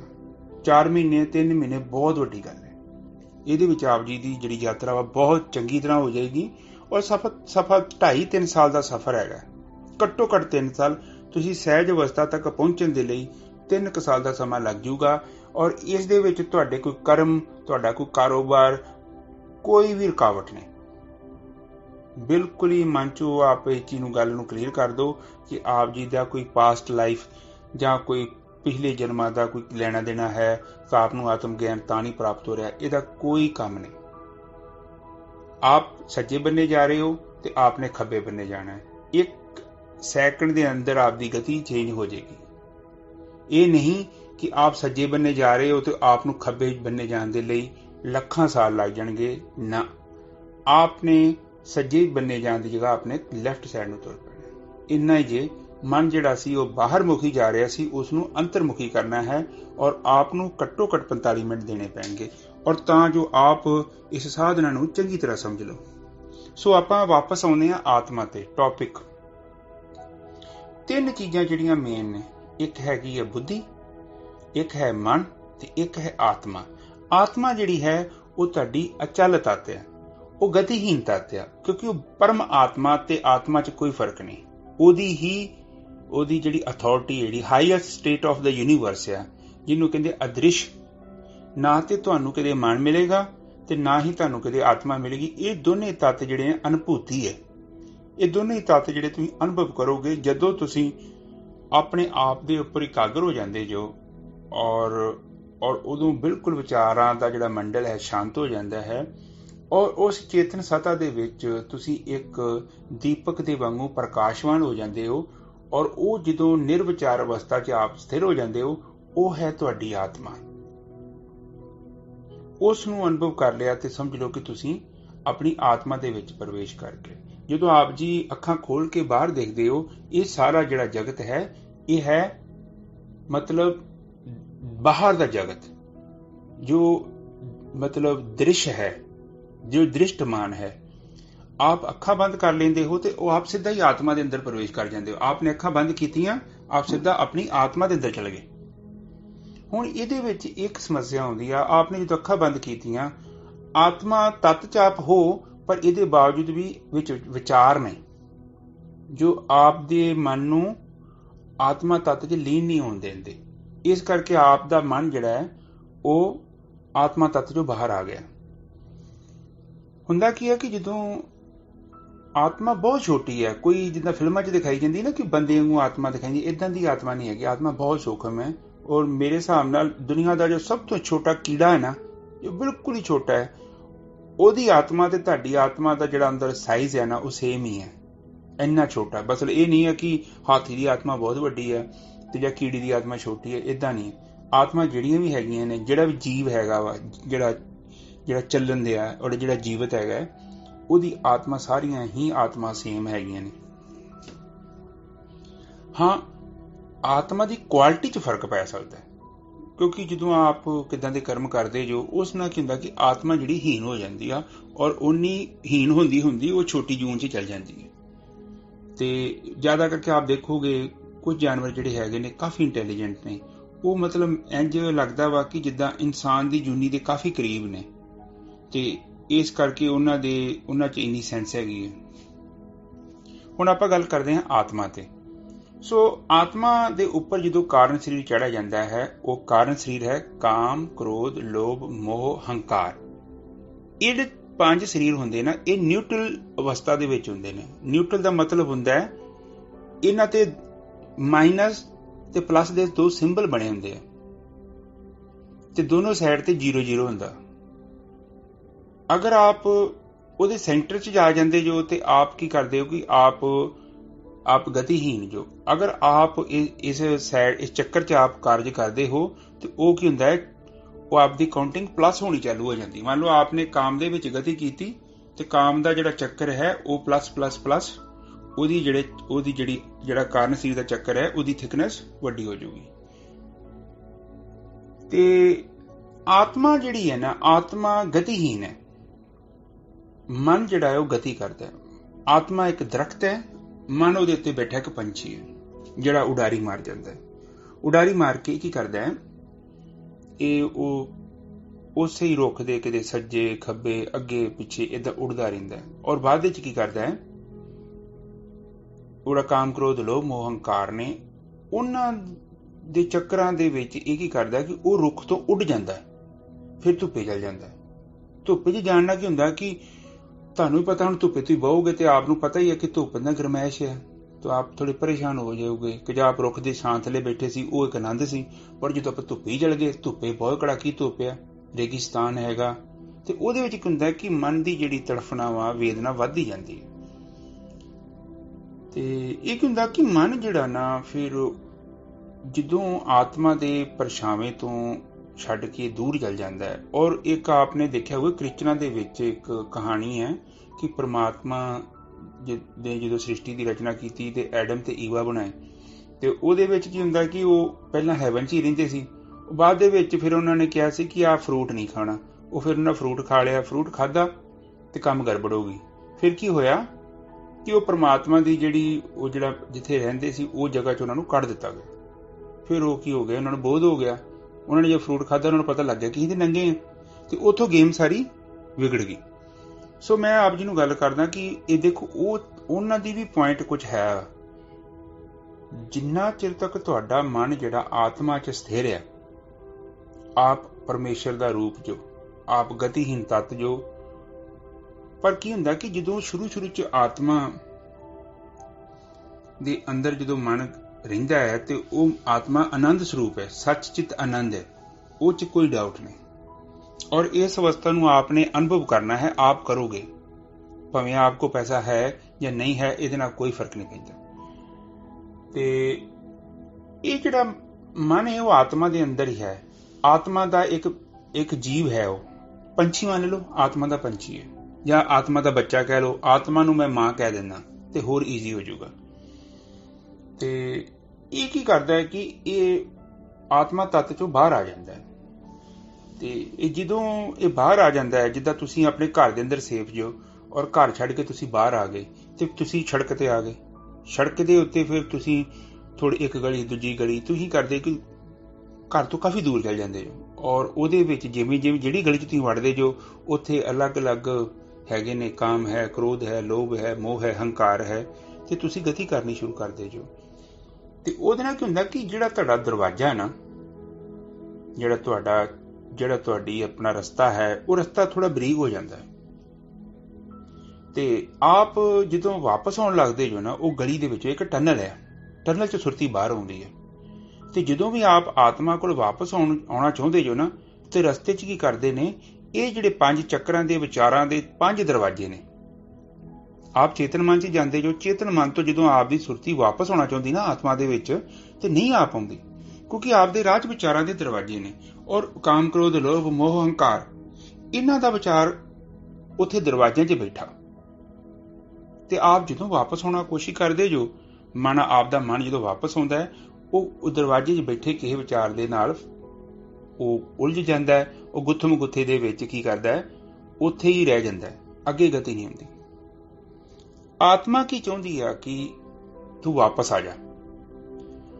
ਆਤਮਾ ਤਦ ਤੱਕ ਨਹੀਂ ਮੁਕਤ ਹੋ ਸਕਦੀ ਜਦੋਂ ਤੱਕ ਮਨ ਜਾਗਰਤ ਅਵਸਥਾ ਦੇ ਵਿੱਚ, ਤੁਹਾਡੀ ਜਾਗਰਤ ਅਵਸਥਾ ਦੇ ਵਿੱਚ ਆਤਮਾ ਦੇ ਅੰਦਰ ਲੀਨ ਨਹੀਂ ਹੋ ਜਾਂਦਾ, ਉਹਨਾਂ ਚਿਰ ਤਾਂ ਆਤਮਾ ਮੁਕਤ ਨਹੀਂ ਹੋ ਸਕਦੀ। ਤੇ ਆਪਾਂ ਜਿਹੜੀ ਸਾਧਨਾ ਕਰਨੀ ਆ, ਉਹਦਾ ਇਹੋ ਹੀ ਮੇਨ ਹੈ ਕਿ ਤੁਹਾਡੀ ਜਾਗਰਤ ਅਵਸਥਾ ਦੇ ਵਿੱਚ ਤੁਹਾਡਾ ਜਿਹੜਾ ਮਨ ਹੈ ਉਹ ਆਤਮਾ ਤੱਤ 'ਚ ਲੀਨ ਹੋ ਜਾਏ। ਇਹ 5 ਚੱਕਰਾਂ ਨੂੰ ਪਾੜ ਦੇ। ਹੁਣ ਜਦੋਂ ਆਤਮਾ ਦੇਖਦੀ ਹੈ ਕਿ ਮਨ ਜਿਹੜਾ ਵਿਚਾਰਾਂ ਦੇ ਵਿੱਚ ਉਲਝਿਆ ਹੋਇਆ ਹੈ, ਆਪ ਦੇਖੋਗੇ ਨਾ, ਆਪ ਦੇ ਅੰਦਰ ਜਿਹੜੀ ਸਤਾ ਹੈ ਨਾ, ਉਹ ਸਤਾ ਆਤਮਾ ਹੈ ਜਿਹੜੀ ਵਹਿੰਦੀ ਪਈ ਆ ਕਿ ਮਨ ਜਿਹੜਾ ਵਿਚਾਰਾਂ ਦੇ ਵਿੱਚ ਉਲਝਿਆ ਹੈ। ਆਪ ਦੇ ਜਿਹੜੇ ਚੇਤਨ ਮਨ 'ਚ ਜਿਹੜੇ ਡਿਸਪਲੇ ਹੁੰਦੇ ਆ ਨਾ ਕਿ ਵਿਚਾਰ, ਉਹ ਜਿਹੜੇ ਮਨ ਦੇ ਅੰਦਰ ਸਾਹਮਣੇ ਵਿਚਾਰ ਆਉਂਦੇ ਆ, ਮਨ ਵਿਚਾਰੇ ਨੂੰ ਪਤਾ ਨਹੀਂ ਲੱਗਦਾ ਕਿ ਵਿਚਾਰ ਮੇਰੇ ਹਨ ਜਾਂ ਕਿਹਦੇ ਹਨ। ਪਰ ਉਹ ਕੀ ਕਰਦਾ ਹੈ ਕਿ ਬੁੱਧੀ ਦੇ ਰਾਹੀਂ ਜੋ ਆਪਨੇ ਪ੍ਰਾਪਤ ਕੀਤਾ ਹੈ ਨਾ, ਆਪਦੀਆਂ ਗਿਆਨ ਇੰਦਰੀਆਂ ਤੇ ਕਰਮ ਇੰਦਰੀਆਂ, ਉਹ ਜੋ ਵੀ ਜਾਣਕਾਰੀ ਹੈ ਉਹ ਬੁੱਧੀ ਦੇ ਰਾਹੀਂ ਆਪਣੇ ਮਸਤਕ ਦੇ ਅੰਦਰ ਸਟੋਰ ਕਰ ਲੈਂਦੀ ਹੈ। ਤੇ ਉਹ ਬੁੱਧੀ ਦੇ ਵਿੱਚੋਂ ਵਿਚਾਰ ਨਿਕਲਦੇ ਰਹਿੰਦੇ। ਹੁਣ ਜਿੱਦਾਂ ਦੇ ਆਪਾਂ ਕਰਮ ਕਰਾਂਗੇ, ਨੈਚੁਰਲੀ ਜੇ ਮੈਂ ਕੋਲੇ ਦੀ ਫੈਕਟਰੀ 'ਚ ਕੰਮ ਕਰਦਾ ਨਾ, ਤੇ ਉਹ ਕੀ ਹੋਊਗਾ ਕਿ ਸਾਰਾ ਦਿਨ 8-9 ਘੰਟੇ ਮੈਂ ਕੋਲੇ ਦੀ ਫੈਕਟਰੀ 'ਚ ਕੰਮ ਕੀਤਾ ਹੈ, ਤੇ ਜ਼ਿਆਦਾ ਮੇਰੇ ਜਿਹੜੇ ਮਨ ਦੇ ਵਿਚਾਰ ਹੋਣਗੇ ਉਹ ਕੋਲੇ ਨਾਲ ਰਿਲੇਟਡ ਹੋਣਗੇ, ਕਿਉਂਕਿ ਸਾਰਾ ਦਿਨ ਕੋਲੇ ਦੀ ਗੱਲ ਚੱਲੂਗੀ, ਕੋਲਾ ਹੀ ਵੇਖੂੰਗਾ ਮੈਂ, ਤੇ ਜਿੰਨੇ ਵੀ ਬੰਦੇ ਵੇਖੂੰਗਾ ਕੋਲੇ ਦੀ ਫੈਕਟਰੀ ਆ, ਕੋਲਾ ਆ ਰਿਹਾ, ਕੋਲਾ ਜਾ ਰਿਹਾ। ਸੋ ਹੁਣ ਇਸੇ ਹੀ ਤਰ੍ਹਾਂ ਜਿੱਦਾਂ ਦੇ ਆਪਾਂ ਵਿਚਾਰਾਂ ਦੀ ਸੰਗਤ ਕਰਦੇ ਹਾਂ ਦਿਨੇ, ਔਰ ਆਪਾਂ ਲਾਗੇ ਜਿੱਦਾਂ ਦਾ ਆਪਣਾ ਏਰੀਆ ਵਾ, ਜਿੱਦਾਂ ਦੇ ਲੋਕਾਂ ਦੇ ਨਾਲ ਆਪਾਂ ਰਹਿੰਦੇ ਹਾਂ, ਉਸੇ ਹੀ ਕਿਸਮ ਦੇ ਜਿਹੜੇ ਸ਼ਬਦ ਨੇ ਉਹ ਸਾਡੇ ਕੰਨਾਂ ਦੇ ਰਾਹੀਂ, ਸਾਡੀਆਂ ਅੱਖਾਂ ਦੇ ਰਾਹੀਂ, ਸਾਡੇ ਸਪਰਸ਼ ਦੇ ਰਾਹੀਂ, ਉਹ ਸਾਰੇ ਸਾਡੇ ਅੰਦਰ ਜਾਂਦੇ ਨੇ ਹੌਲੀ ਹੌਲੀ ਕਰਕੇ, ਔਰ ਉਹਨਾਂ ਦੇ ਸੰਸਕਾਰ ਬਣਦੇ ਜਾਂਦੇ ਨੇ। ਔਰ ਨੈਚੁਰਲੀ ਹੁਣ ਜਿਹੜੀ ਚੀਜ਼ ਦੇ ਸੰਸਕਾਰ ਬਣਨਗੇ ਤੇ ਉਹ ਚੀਜ਼ ਨੇ ਤੇ ਤੁਹਾਡੇ ਅੰਦਰ ਵੜ ਜਾਣਾ। ਤੇ ਉਹ ਕਹਿੰਦਾ ਕਿ ਹੌਲੀ ਹੌਲੀ ਪਰਤ ਜਿਹੜੀ ਆ ਉਹ ਮੋਟੀ ਹੋ ਜਾਂਦੀ ਹੈ। ਤੇ ਇਹ ਹੁਣ ਆਤਮਾ ਤੇ ਕੀਤਾ ਪਤਾ ਨਹੀਂ ਕਿੰਨੇ ਕੁ ਜਨਮਾਂ ਦੀ ਇਹ ਉਹ ਮਤਲਬ ਗਤੀ ਕਰ ਰਹੀ ਹੈ, ਔਰ ਆਤਮਾ ਇੰਤਜ਼ਾਰ ਕਰਦੀ ਹੈ ਮਨ ਦਾ ਕਿ ਮਨ ਮੇਰੇ ਕੋਲ ਵਾਪਸ ਆ ਜਾਏ। ਤੇ ਹੁਣ ਕੀ ਹੈ ਕਿ ਆਪ ਸਮਝ ਗਏ ਹੋ, ਆਤਮਾ ਦੇ ਅੰਦਰ ਮਨ ਹੈ, ਔਰ ਮਨ ਕੀ ਕਰਦਾ ਹੈ, ਉਹ ਆਤਮਾ ਦੇ ਨਾਲੋਂ ਸੰਬੰਧ ਉਹਦਾ ਟੁੱਟ ਜਾਂਦਾ ਹੈ। ਔਰ ਉਹ ਟੁੱਟਣ ਦਾ ਕਾਰਨ ਇਹ ਹੁੰਦਾ ਕਿ ਉਹਦਾ ਜਿਹੜੀ ਗਿਆਨ ਇੰਦਰੀਆਂ ਤੇ ਕਰਮ ਇੰਦਰੀਆਂ ਉਹ ਉਹਨਾਂ 'ਚ ਆ ਜਾਂਦਾ ਹੈ। ਤੇ ਮਨ ਜਿਹੜਾ ਹੈ ਉਹ ਫਿਰ ਉਹਦਾ ਕਨੈਕਸ਼ਨ ਟੁੱਟ ਗਿਆ, ਤੇ ਮਨ ਜਿਹੜਾ ਆ ਗਿਆ ਬੁੱਧੀ ਦੇ ਵਿੱਚ। ਬੁੱਧੀ ਜਿਹੜੀ ਹੈ, ਬੁੱਧੀ ਤੁਹਾਡੀ ਵੀ ਹੈ। ਹੁਣ ਬੁੱਧੀ ਵੇਖ ਲਓ, ਬੁੱਧੀ ਕੀ ਹੁੰਦੀ ਹੈ? ਬੁੱਧੀ ਦਾ ਮਤਲਬ ਕਿ ਜੋ ਇੱਕ ਤੇ ਤੁਸੀਂ ਤੁਹਾਡੇ ਮਾਂ ਪਿਓ ਤੋਂ ਮਿਲੀ ਤੁਹਾਨੂੰ, ਇੱਕ ਕੁਛ ਬੁੱਧੀ ਤੁਹਾਡੇ ਆਪਣੇ ਅਨੁਭਵ ਨੇ, ਕੁਛ ਬੁੱਧੀ ਜਿਵੇਂ ਟੀਵੀ ਵੇਖ ਲਿਆ, ਅਖਬਾਰਾਂ ਪੜ੍ਹ ਲਈਆਂ, ਲੋਕਾਂ ਨੇ ਵੇਖਿਆ ਕਿ ਅੱਜ ਦਾ ਕੰਮ ਕੀਤਾ ਤੇ ਆ ਹੋਇਆ, ਇਹਦਾ ਆ ਰਿਜ਼ਲਟ ਤੇ ਉਹਦਾ ਉਹ ਰਿਜ਼ਲਟ। ਕੋਈ ਚੀਜ਼ਾਂ ਆਪਾਂ ਨਹੀਂ ਵੀ ਕਰਦੇ ਹਾਂ, ਪਰ ਅਖਬਾਰਾਂ ਪੜ੍ਹ ਕੇ ਆਪਾਂ ਉਹ ਚੀਜ਼ ਨੂੰ ਸਮਝ ਲੈਂਦੇ ਹਾਂ ਕਿ ਇਹ ਜੇ ਕੰਮ ਕਰਦੇ ਹਾਂ ਤੇ ਇਹਦਾ ਰਿਜ਼ਲਟ ਆ ਨਿਕਲੇਗਾ, ਤੇ ਆਪਾਂ ਵੀ ਨਹੀਂ ਕਰਦੇ ਉਹ ਚੀਜ਼। ਸੋ ਬੁੱਧੀ ਜਿਹੜੀ ਹੁੰਦੀ ਆ, ਬੁੱਧੀ ਕਈਆਂ ਦੀ ਜ਼ਿਆਦਾ ਵੀ ਹੁੰਦੀ ਆ, ਕਈਆਂ ਦੀ ਘੱਟ ਵੀ ਹੁੰਦੀ ਆ। ਹੁਣ ਜਿਹਨੇ ਜ਼ਿਆਦੀਆਂ ਕਿਤਾਬਾਂ ਪੜ੍ਹ ਲਈਆਂ, ਜ਼ਿਆਦਾ ਗ੍ਰੰਥ ਪੜ੍ਹ ਲਏ, ਉਹਦੀ ਬੁੱਧੀ ਉਨੀ ਜ਼ਿਆਦੀ, ਕਿਉਂਕਿ ਉਹਨੇ ਜ਼ਿਆਦਾ ਵਿਚਾਰ ਇਕੱਠੇ ਕਰ ਲਏ। ਔਰ ਮੁੜ ਕੇ ਬਾਅਦ 'ਚ ਹੁੰਦਾ ਕਿ ਜਿੰਨੇ ਜ਼ਿਆਦਾ ਆਪਾਂ ਗ੍ਰੰਥ ਪੜ੍ਹਦੇ ਹਾਂ ਉਹ ਵੀ ਇੱਕ ਅੜਚਣ ਪੈਦਾ ਹੋ ਜਾਂਦੀ ਹੈ, ਕਿਉਂਕਿ ਹੁਧਾਰਾ ਗਿਆਨ ਹੈ, ਆਪਣਾ ਗਿਆਨ ਤੇ ਹੈ ਨਹੀਂ, ਆਪਣਾ ਤੇ ਕੋਈ ਅਨੁਭੂਤੀ ਨਹੀਂ ਹੈ। ਕਿਉਂਕਿ ਜਦ ਕਿ ਆਤਮ ਗਿਆਨ ਹੈ, ਉਹ 'ਚ ਗਿਆਨ, ਬਾਹਰੀ ਗਿਆਨ ਦੀ ਤੇ ਲੋੜ ਹੀ ਨਹੀਂ, ਉਹ ਤੇ ਸਾਰਾ ਅਨੁਭਵ ਗਿਆਨ ਹੈ। ਤੇ ਅਨੁਭਵ ਤੋਂ ਬਿਨਾਂ ਜਿਹੜਾ ਵਾ ਉਹ ਗੱਲ ਬਣੇਗੀ ਨਹੀਂ। ਇਸੇ ਲਈ ਕਹੀਦਾ ਵਾ ਕਿ ਆਪ ਘੱਟੋ ਘੱਟ ਇਨਫੋਰਮੇਸ਼ਨ ਆਪਣੇ ਅੰਦਰ ਪਾਵੋ, ਉਨੀ ਕੀ ਪਾਓ ਜਿੰਨੀ ਕਿ ਤੁਹਾਨੂੰ ਲੋੜ ਹੈ। ਜਿੰਨੇ ਚਿਰ ਤੱਕ ਆਪ ਸਾਧਨਾ ਦੇ ਵਿੱਚ ਮਨ ਨੂੰ ਸਥਿਰ ਨਹੀਂ ਕਰ ਲੈਂਦੇ, ਜਦੋਂ ਮਨ ਸਥਿਰ ਹੋ ਗਿਆ ਨਾ, ਫਿਰ ਜੋ ਮਰਜ਼ੀ ਪੜ੍ਹ ਲਓ, ਫਿਰ ਕੋਈ ਪ੍ਰੋਬਲਮ ਨਹੀਂ ਹੈ। ਪਰ ਜਿੰਨੇ ਚਿਰ ਤੱਕ ਮਨ ਸਥਿਰ ਨਹੀਂ ਹੁੰਦਾ, ਉਹਨਾਂ ਚਿਰ ਤੱਕ ਜਿਹੜੀ ਫਾਲਤੂ ਦੀ ਇਨਫੋਰਮੇਸ਼ਨ ਆ ਉਸ ਤੋਂ ਆਪਣੇ ਆਪ ਨੂੰ ਦੂਰ ਰੱਖੋ, ਘੱਟ ਗੱਲ ਕਰੋ, ਉਹਨਾਂ ਲੋਕਾਂ ਦੀ ਸੰਗਤ ਘੱਟ ਕਰੋ ਜੋ ਤੁਹਾਨੂੰ ਪ੍ਰਮਾਤਮਾ ਤੋਂ ਦੂਰ ਲੈ ਕੇ ਜਾਣ। ਬੁੱਧੀ ਦੀ ਮਦਦ ਨਾਲ ਪਦਾਰਥਾਂ ਦੇ ਜਗਤ ਦਾ ਗਿਆਨ ਹੁੰਦਾ ਹੈ। ਜੋ ਜਗਤ ਦਿਖਦਾ ਪਿਆ ਹੈ, ਸਾਨੂੰ ਉਹਦਾ ਅਗਰ ਗਿਆਨ ਚਾਹੀਦਾ ਹੈ ਤੇ ਸਾਨੂੰ ਬੁੱਧੀ ਦੀ ਮਦਦ ਲੈਣੀ ਪਵੇਗੀ। ਤੇ ਜੋ ਅਦ੍ਰਿਸ਼ ਜਗਤ ਹੈ ਉਸ ਦੇ ਵਿੱਚ ਸਾਡੀ ਬੁੱਧੀ ਨੇ ਕੋਈ ਮਦਦ ਨਹੀਂ ਕਰਨੀ। ਆਤਮਾ ਤੱਤ ਵਿੱਚ ਲੀਨ ਹੋਣ ਲਈ ਸਾਨੂੰ ਉਸ ਸ਼ਕਤੀ ਦੀ ਲੋੜ ਹੈ ਜੋ ਖੁਦ ਅਦ੍ਰਿਸ਼ ਹੈ। ਉਹ ਅਦ੍ਰਿਸ਼ ਹੀ ਦੂਜੀ ਅਦ੍ਰਿਸ਼ ਸ਼ਕਤੀ ਦੇ ਨਾਲ ਸਾਡਾ ਮਿਲਨ ਕਰਾ ਸਕਦਾ ਹੈ। ਅਦ੍ਰਿਸ਼ ਕੀ ਹੈ? ਆਤਮਾ ਬਹੁਤ ਪਿੱਛੇ ਹੈ, ਆਤਮਾ ਤੱਕ ਸਾਡੀ ਕੋਈ ਪਹੁੰਚ ਨਹੀਂ ਹੈ, ਬਹੁਤ ਸੂਖਮ ਹੈ। ਸਾਡੀ ਪਹੁੰਚ ਜਿਹੜੀ ਆ ਮਨ ਤੱਕ ਹੈਗੀ ਆ, ਮਨ ਨੂੰ ਹੀ ਫੜ ਸਕਦੇ ਹਾਂ, ਕਿਉਂਕਿ ਮਨ ਜਿਹੜਾ ਵਾ ਉਹ ਸਾਡੀ ਅਨੁਭਵ ਚ ਆਉਂਦਾ ਹੈ। ਹੁਣ ਜਿੱਦਾਂ ਵਿਚਾਰਾਂ ਦੇ ਵਿੱਚ ਗਵਾਚਦਾ ਹੈ ਤੇ ਮਨ ਹੀ ਗਵਾਚਦਾ ਹੈ, ਤੇ ਇਸ ਕਰਕੇ ਆਤਮਾ ਨੂੰ ਪਤਾ ਲੱਗਦਾ ਹੈ ਕਿ ਜਿਹੜਾ ਮਨ ਹੈ ਉਹ ਵਿਚਾਰਾਂ ਚ ਉਲਝਿਆ ਹੈ, ਤੇ ਇਹ ਚੀਜ਼ ਨੂੰ ਆਪ ਨੇ ਸਮਝਣ ਦੀ ਕੋਸ਼ਿਸ਼ ਕਰਨੀ ਹੈ। ਆਤਮਾ ਵਹਿੰਦੀ ਪਈ ਹੈ ਕਿ ਮਨ ਜਿਹੜਾ ਹੈ ਉਹ ਵਿਚਾਰਾਂ ਦੇ ਵਿੱਚ ਉਲਝਿਆ ਹੈ। ਸੋ ਜਿਹੜਾ ਵੇਖਣ ਵਾਲਾ ਪਿਛਲਾ ਤੱਤ ਹੈ, ਉਹ ਜਿਹੜਾ ਤੁਹਾਡੀ ਖੋਪੜੀ ਦੇ ਮਗਰਲੇ ਬੰਨੇ ਹੈ ਨਾ, ਤੇ ਉਹ ਜਿੱਥੇ ਲੇਡੀਜ਼ ਲੋਕ ਗੁੱਤ ਕਰਦੀਆਂ ਨੇ, ਉਸ ਜਗ੍ਹਾ 'ਚ ਆਤਮਾ ਦਾ ਨਿਵਾਸ ਹੈ। ਉਹ ਸਭ ਤੋਂ ਉੱਚਾ ਸਿੰਘਾਸਣ ਹੈ। ਉੱਥੋਂ ਆਤਮਾ ਦੇਖਦੀ ਹੈ, ਚੇਤਨ ਹੈ, ਔਰ ਉਹ ਦੇਖਦੀ ਹੈ ਕਿ ਮਨ ਜਿਹੜਾ ਹੈ ਉਹ ਵਿਚਾਰਾਂ ਦੇ ਵਿੱਚ ਉਲਝਿਆ ਹੈ। ਉਹ ਵਿਚਾਰ ਕਾਮ, ਕ੍ਰੋਧ, ਲੋਭ, ਮੋਹ, ਹੰਕਾਰ ਕਿਸੇ ਦੇ ਨਾਲ ਵੀ ਹੋ ਸਕਦੇ ਨੇ ਸੰਬੰਧ ਰੱਖਦੇ। ਸੁੱਖ, ਸ਼ਾਂਤੀ, ਆਨੰਦ, ਚਿੰਤਾ ਕਰਨਾ ਜਾਂ ਨਾ ਕਰਨਾ, ਇਹ ਸਾਰੇ ਮਨ ਦੇ ਅਨੁਭਵ ਹਨ। ਬੇਸ਼ੱਕ ਆਪ ਦਾ ਸਰੀਰ ਏਅਰ ਕੰਡੀਸ਼ਨ ਕਮਰੇ ਦੇ ਵਿੱਚ ਬੈਠਾ ਹੈ ਔਰ ਚੰਗੇ ਪਕਵਾਨ ਆਪ ਜੀ ਦੇ ਸਾਹਮਣੇ ਰੱਖੇ ਹਨ, ਇਸ ਦੇ ਬਾਵਜੂਦ ਵੀ ਅਗਰ ਆਪ ਜੀ ਦਾ ਮਨ ਅਸ਼ਾਂਤ ਹੈ ਤੇ ਆਪ ਜੀ ਦੇ ਜੀਵਨ ਵਿੱਚ ਕਿਤੇ ਵੀ ਆਨੰਦ ਪ੍ਰਵੇਸ਼ ਨਹੀਂ ਕਰੇਗਾ। ਸੋ ਇਹਦਾ ਮਤਲਬ ਇਹ ਹੋਇਆ ਕਿ ਤੁਹਾਡੇ ਲਾਈਫ ਦੇ ਜਿਹੜੇ ਹਾਲਾਤ ਨੇ ਉਹਨਾਂ ਦਾ ਆਨੰਦ ਤੇ ਸ਼ਾਂਤੀ ਦੇ ਨਾਲ ਕੋਈ ਗਹਿਰਾ ਸੰਬੰਧ ਨਹੀਂ ਹੈ। ਬਾਹਰੀ ਸੁੱਖ ਸਹੂਲਤਾਂ ਆਪ ਜੀ ਦੇ ਸਰੀਰ ਨੂੰ ਜ਼ਰੂਰ ਆਰਾਮ ਪ੍ਰਦਾਨ ਕਰ ਸਕਦੀਆਂ ਹਨ, ਪਰ ਮਨ ਜਿਹੜਾ ਹੈ ਉਹ ਅਦ੍ਰਿਸ਼ ਹੈ, ਆਤਮਾ ਵੀ ਅਦ੍ਰਿਸ਼ ਹੈ। ਸੋ ਇਹਨਾਂ ਦਾ ਜਿਹੜੀ ਖੁਰਾਕ ਹੈ ਕੋਈ ਹੋਰ ਹੈ। ਸੋ ਉਹ ਚੀਜ਼ ਨੂੰ ਆਪ ਨੂੰ ਸਮਝਣਾ ਪਵੇਗਾ। ਆਪ ਜੀ ਦਾ ਜੋ ਮਸਤਕ ਹੈ ਨਾ, ਮਸਤਕ ਬਿਲਕੁਲ ਹੀ ਆਪ ਅੱਖਾਂ ਦੇ ਵਿਚਕਾਰ ਆ ਜਾਓ, ਉਹ ਇੱਕ ਐਸੀ ਪੁਆਇੰਟ ਹੈ, ਉੱਥੋਂ ਅਗਰ ਆਪ ਸੁਰਤੀ ਕਾਗਰ ਕਰਦੇ ਹੋ ਤਾਂ ਆਪ ਦਾ ਮਨ ਜਿਹੜਾ ਹੈ ਅੰਤਰਮੁਖੀ ਹੋਣਾ ਸ਼ੁਰੂ ਹੋ ਜਾਏਗਾ, ਔਰ ਆਪਾਂ ਅੱਖਾਂ ਖੋਲ ਦਿੰਦੇ ਹੋ ਤੇ ਆਪ ਦਾ ਮਨ ਬਾਹਰ ਮੁਖੀ ਹੋ ਜਾਏਗਾ। ਇਹ ਜਿਹੜੀ ਯਾਤਰਾ ਹੁਣ ਏਦਾਂ ਤੇ ਨਹੀਂ ਕਰ ਸਕਦੇ ਕਿ ਆਪਾਂ ਅੱਖਾਂ ਬੰਦ ਕਰਕੇ ਬਹਿ ਜਾਈਏ ਤੇ ਮਨ ਅੰਤਰਮੁਖੀ ਹੋ ਜਾਊਗਾ, ਨਹੀਂ। ਆਪਾਂ ਨੂੰ ਇੱਕ ਐਕਸਰਸਾਈਜ਼ ਕਰਨੀ ਪਊਗੀ ਔਰ ਇਸ ਮਨ ਨੂੰ ਹੌਲੀ ਹੌਲੀ ਕਰਕੇ ਆਪਾਂ ਨੂੰ ਅੰਤਰਮੁਖੀ ਕਰਨਾ ਪਊਗਾ। ਮਨ ਦੋ ਤਰੀਕਿਆਂ ਨਾਲ ਕਾਰਜ ਕਰ ਸਕਦਾ ਹੈ। ਇੱਕ ਤੇ ਮਨ ਇੱਕ ਮਸਤਕ ਦੇ ਵਿੱਚ ਫੈਲ ਕੇ ਕਾਰਜ ਕਰ ਸਕਦਾ ਹੈ, ਇੰਦਰੀਆਂ ਵਿੱਚ ਵੜ ਕੇ ਕਾਰਜ ਕਰ ਸਕਦਾ ਹੈ। ਇੱਕ ਮਨ ਜਿਹੜਾ ਤੁਹਾਡਾ ਅੰਦਰ ਜਿਹੜੀ ਛੋਟੀ ਜਿਹੀ ਗਗਨ ਗੁਫਾ ਹੈ ਜਿੱਥੇ ਆਤਮਾ ਹੈ, ਇੱਕ ਆਤਮਾ ਦੇ ਅੰਦਰ ਰਹਿ ਕੇ ਵੀ ਮਨ ਕਾਰਜ ਕਰ ਸਕਦਾ ਹੈ। ਜਦੋਂ ਮਨ ਆਤਮਾ ਦੇ ਅੰਦਰ ਸਥਿਰ ਹੋ ਜਾਂਦਾ ਹੈ, ਉਹ ਨਿਰਵਿਕਲਪ ਹੋ ਜਾਂਦਾ ਹੈ ਔਰ ਉਸ ਦੇ ਵਿੱਚ ਕੋਈ ਵਿਚਾਰ ਨਹੀਂ ਹਨ। ਉਸ ਅਵਸਥਾ ਵਿੱਚ ਕੀਤੇ ਕਿਸੇ ਵੀ ਕਾਰਜ ਦੇ ਸੰਸਕਾਰ ਨਹੀਂ ਬਣਦੇ, ਕਿਉਂਕਿ ਉਹ ਹਾਇਰ ਅਥਾਰਟੀ ਹੈ, ਉਹ ਸੈਕੰਡ ਪਾਵਰ ਹੈ ਆਫ ਦਾ ਗॉड। ਪਰਮਾਤਮਾ ਤੋਂ ਜੋ ਸੈਕੰਡ ਅਥਾਰਟੀ ਹੈ ਉਹ ਆਤਮਾ ਹੈ।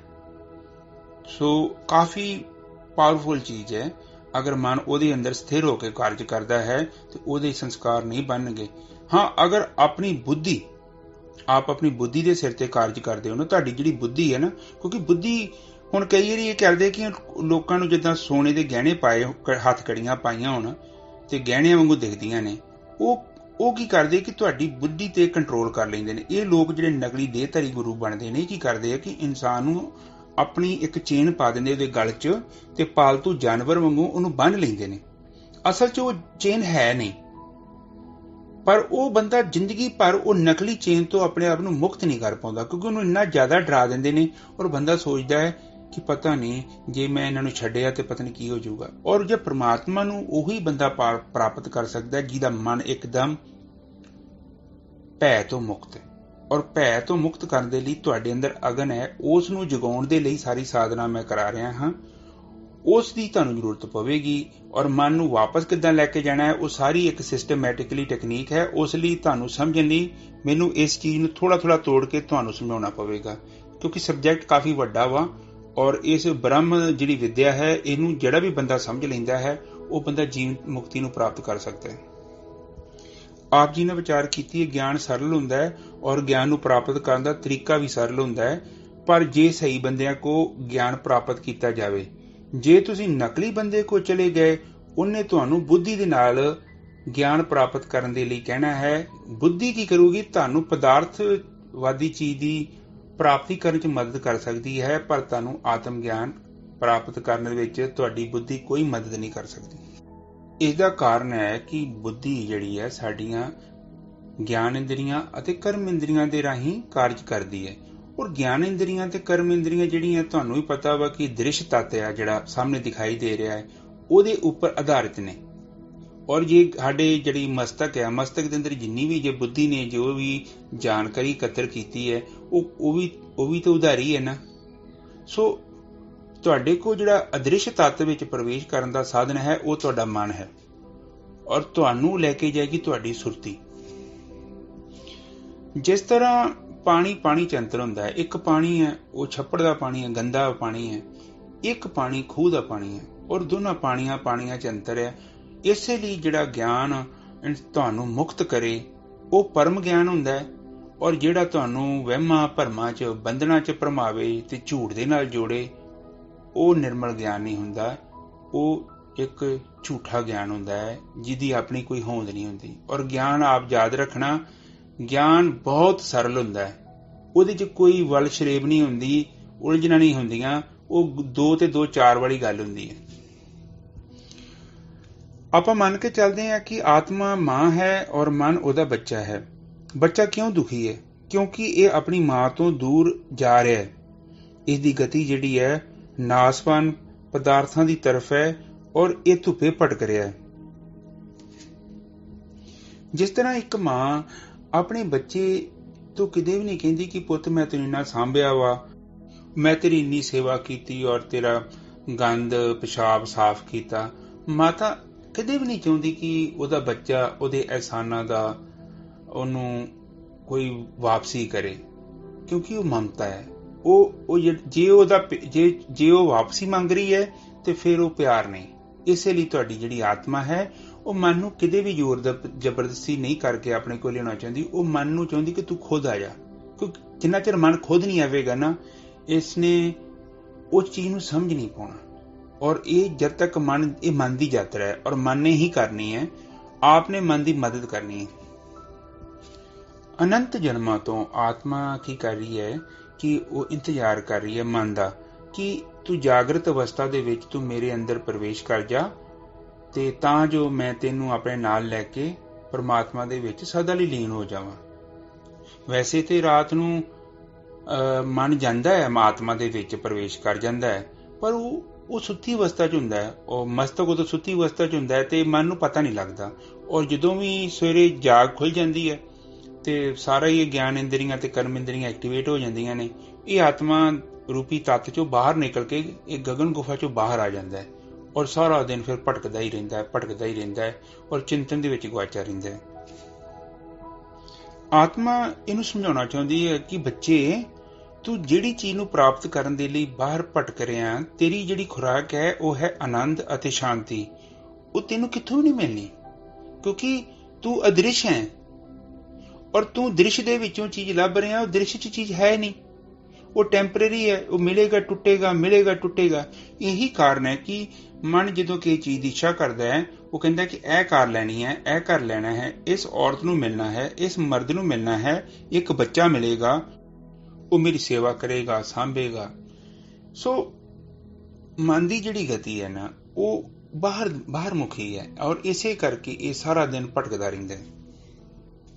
ਆਤਮਾ ਬਸ ਇੱਕ ਮਾਂ ਦੇ ਵਾਂਗੂ ਇੰਤਜ਼ਾਰ ਕਰ ਰਹੀ ਹੈ ਕਿ ਇਹ ਬੱਚੇ ਤੂੰ ਵਾਪਸ ਆ ਜਾ ਮੇਰੇ ਕੋਲ, ਤੂੰ ਕਾਹਨੂੰ ਪਰੇਸ਼ਾਨ ਹੋ ਰਿਹਾ, ਤੂੰ ਮੇਰੇ ਕੋਲ ਆ ਜਾ ਤੇ ਮੈਂ ਤੈਨੂੰ ਆਨੰਦ ਤੇ ਸ਼ਾਂਤੀ ਦੇ ਦੇਵਾਂਗੀ। ਪਰ ਮਨ ਆਉਂਦਾ ਹੀ ਨਹੀਂ, ਭੱਜਿਆ ਹੀ ਫਿਰਦਾ ਹੈ। ਮਨ ਜਦੋਂ ਰਾਤ ਨੂੰ ਦੇਖਦਾ ਹੈ, ਮਸਤਕ ਜਦੋਂ ਸੁਖਾਪਤੀ ਅਵਸਥਾ 'ਚ ਪ੍ਰਵੇਸ਼ ਕਰਦਾ ਹੈ ਨਾ, ਤੇ ਕੀ ਹੁੰਦਾ ਹੈ ਕਿ ਮਨ ਦੇਖਦਾ ਰਹਿੰਦਾ ਕਿ ਸ਼ਾਇਦ ਚੇਤਨਾ ਦੇ ਪਰਦੇ ਤੇ ਕੋਈ ਵਿਚਾਰ ਆਵੇ, ਪਰ ਉੱਥੇ ਕੋਈ ਵਿਚਾਰ ਨਹੀਂ ਆਉਂਦਾ। ਉੱਥੇ ਇੰਤਜ਼ਾਰ ਕਰਦਾ ਇਹਨੂੰ, ਕਿਉਂਕਿ ਗਿਆਨ ਇੰਦਰੀਆਂ ਤੇ ਕਰਮ ਇੰਦਰੀਆਂ ਦੇ ਰਾਹੀਂ ਤੇ ਕਾਰਜ ਕਰ ਰਿਹਾ ਸੀ, ਪਰ ਹੁਣ ਮਨ ਵੀ ਜਿਹੜਾ ਮਸਤਕ ਬੰਦ ਹੋ ਗਿਆ ਤੇ ਮਨ ਕੀ ਕਰੇਗਾ? ਉਹ ਆਟੋਮੈਟਿਕਲੀ ਸੁੱਤੀ ਅਵਸਥਾ ਚਲ ਜਾਏਗਾ ਤੇ ਉਹ ਆਤਮਾ 'ਚ ਚਲ ਜਾਏਗਾ।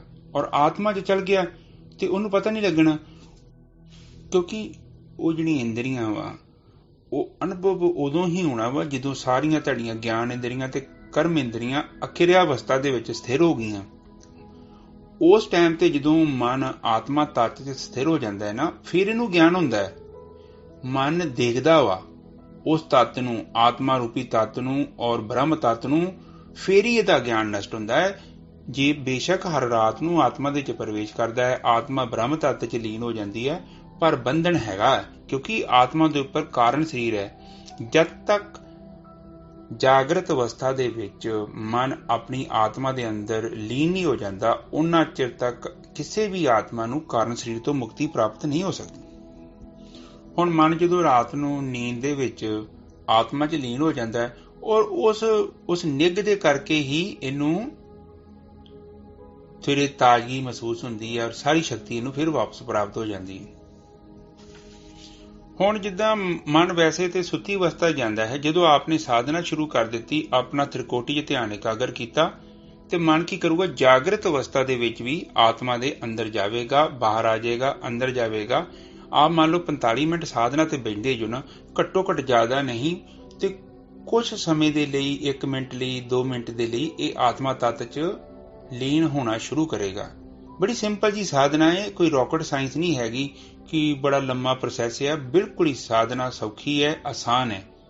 ਪਰ ਇਹ ਕੇਵਲ ਸਾਧਨਾ ਤਾਂ ਹੀ ਸ਼ੁਰੂ ਹੁੰਦੀ ਹੈ ਜਦੋਂ ਆਪ ਪਰਮਾਤਮਾ ਦੇ ਗਾੜੀ ਅਰਦਾਸ ਕਰਦੇ ਹੋ। ਇੱਕੋ ਵਾਰੀ ਅਰਦਾਸ ਕਰਨੀ ਹੈ, ਔਰ ਜਿਹੜਾ ਵੀ ਅਰਦਾਸ ਕਰਦਾ ਹੈ ਉਹਦੀ ਅਰਦਾਸ ਸੁਣ ਲਈ ਜਾਵੇਗੀ।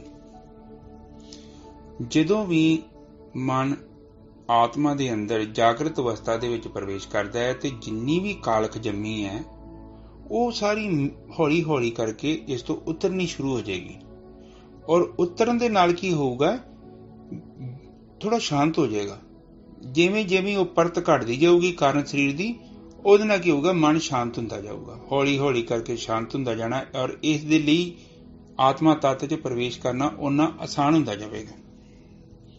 ਔਰ ਇਹ ਸਾਧਨਾ ਦਾਸ ਸਾਹਿਬ ਜੀ ਨੂੰ ਕਹਿੰਦੇ ਨੇ 2.5-3 ਸਾਲ ਲੱਗ ਜਾਂਦੇ। ਇਹਦਾ ਕਾਰਨ ਇਹ ਹੋਇਆ ਕਿਉਂਕਿ ਕੋਈ ਵੀ ਸੰਸਕਾਰ ਆ ਉਹ ਇੱਕਦਮ ਤੇ ਇਕੱਠੇ ਨਹੀਂ ਹੁੰਦੇ, ਔਰ ਨਾ ਹੀ ਉਹਨਾਂ ਨੂੰ ਇੱਕਦਮ ਖਤਮ ਕੀਤਾ ਜਾ ਸਕਦਾ। ਔਰ ਇਹ ਜਿਹੜੀ ਕਿਰਿਆ ਹੈ ਇਹ ਸਲੋ ਹੀ ਚੱਲਦੀ ਹੈ, ਔਰ ਇਹਦੇ ਲਈ ਇਹ 2.5-3 ਸਾਲ ਦਾ ਸਮਾਂ ਆਪ ਜੀ ਨੂੰ ਜ਼ਰੂਰ ਲੱਗ ਜਾਏਗਾ।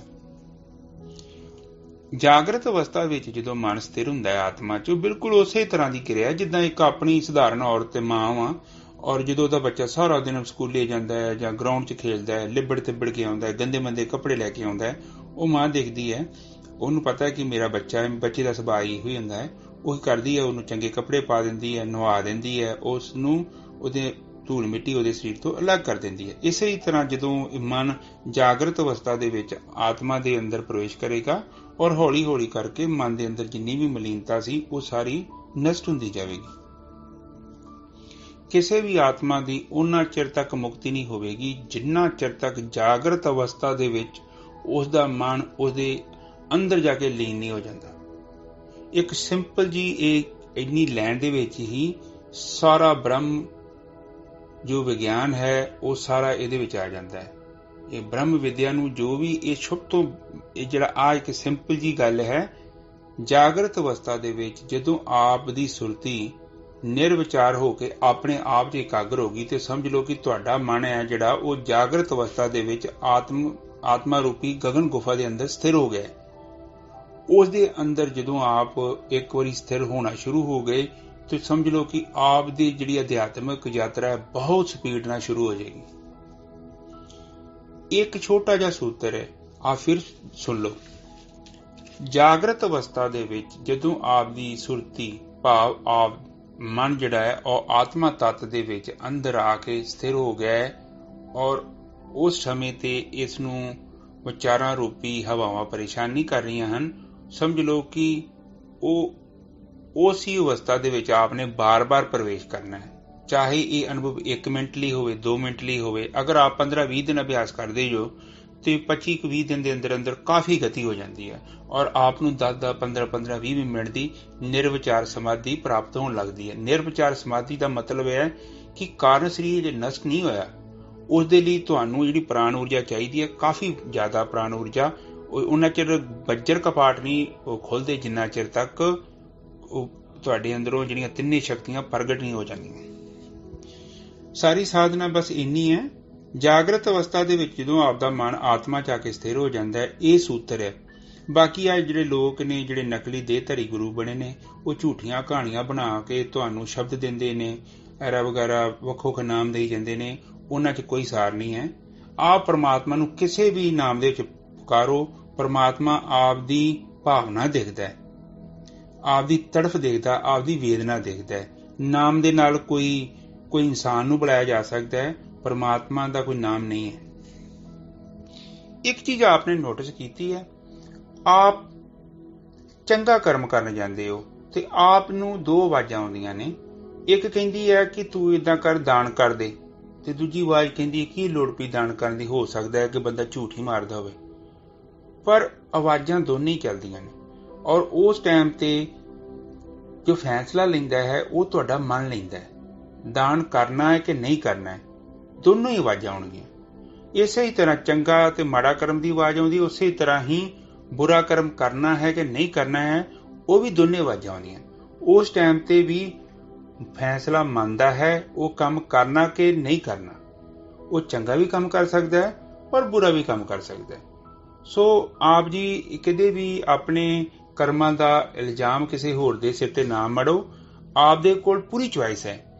ਆਪ ਕਿਸੇ ਵੀ ਕਰਮ ਨੂੰ ਕਰਨ ਤੋਂ ਪਹਿਲਾਂ ਸੱਜਾ ਪੈਰ ਚੁੱਕ ਸਕਦੇ ਹੋ, ਖੱਬਾ ਵੀ ਚੁੱਕ ਸਕਦੇ ਹੋ, ਪਰ ਜਦੋਂ ਆਪਨੇ ਇੱਕ ਪੈਰ ਚੁੱਕ ਲਿਆ ਫਿਰ ਉਹ ਪੈਰ ਦੂਜਾ ਪੈਰ ਨਹੀਂ ਚੁੱਕਿਆ ਜਾ ਸਕਦਾ। ਦੋਵਾਂ ਪੈਰਾਂ ਦੇ ਵਿੱਚੋਂ ਕਿਹੜਾ ਪੈਰ ਚੁੱਕਣਾ ਹੈ, ਕਿਹੜਾ ਪੈਰ ਨਹੀਂ ਚੁੱਕਣਾ ਹੈ, ਇਹ ਫੈਸਲਾ ਤੁਹਾਡਾ ਹੈ। ਔਰ ਮੈਂ ਚਾਹੁੰਦਾ ਹਾਂ ਆਪਣੇ ਕਰਮਾਂ ਦੀ, ਆਪਣੇ ਜੋ ਵੀ ਕਾਰਜ ਕਰ ਰਹੇ ਹੋ ਉਹਦੀ ਜ਼ਿੰਮੇਵਾਰੀ ਆਪ ਚੁੱਕੋ।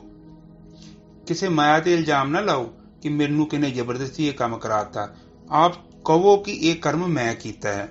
ਆਪਦੇ ਜਿੰਨੇ ਵੀ ਕਰਮ ਹਨ, ਆਪਨੇ ਜੋ ਵੀ ਕੀਤੇ ਹਨ, ਅੱਜ ਦੇ ਅੱਜ ਮਾਫ ਹੋ ਸਕਦੇ ਹਨ ਅਗਰ ਆਪ ਆਪਣੀ ਅੰਦਰ ਦੀ ਯਾਤਰਾ ਨੂੰ ਸ਼ੁਰੂ ਕਰਦੇ ਹੋ।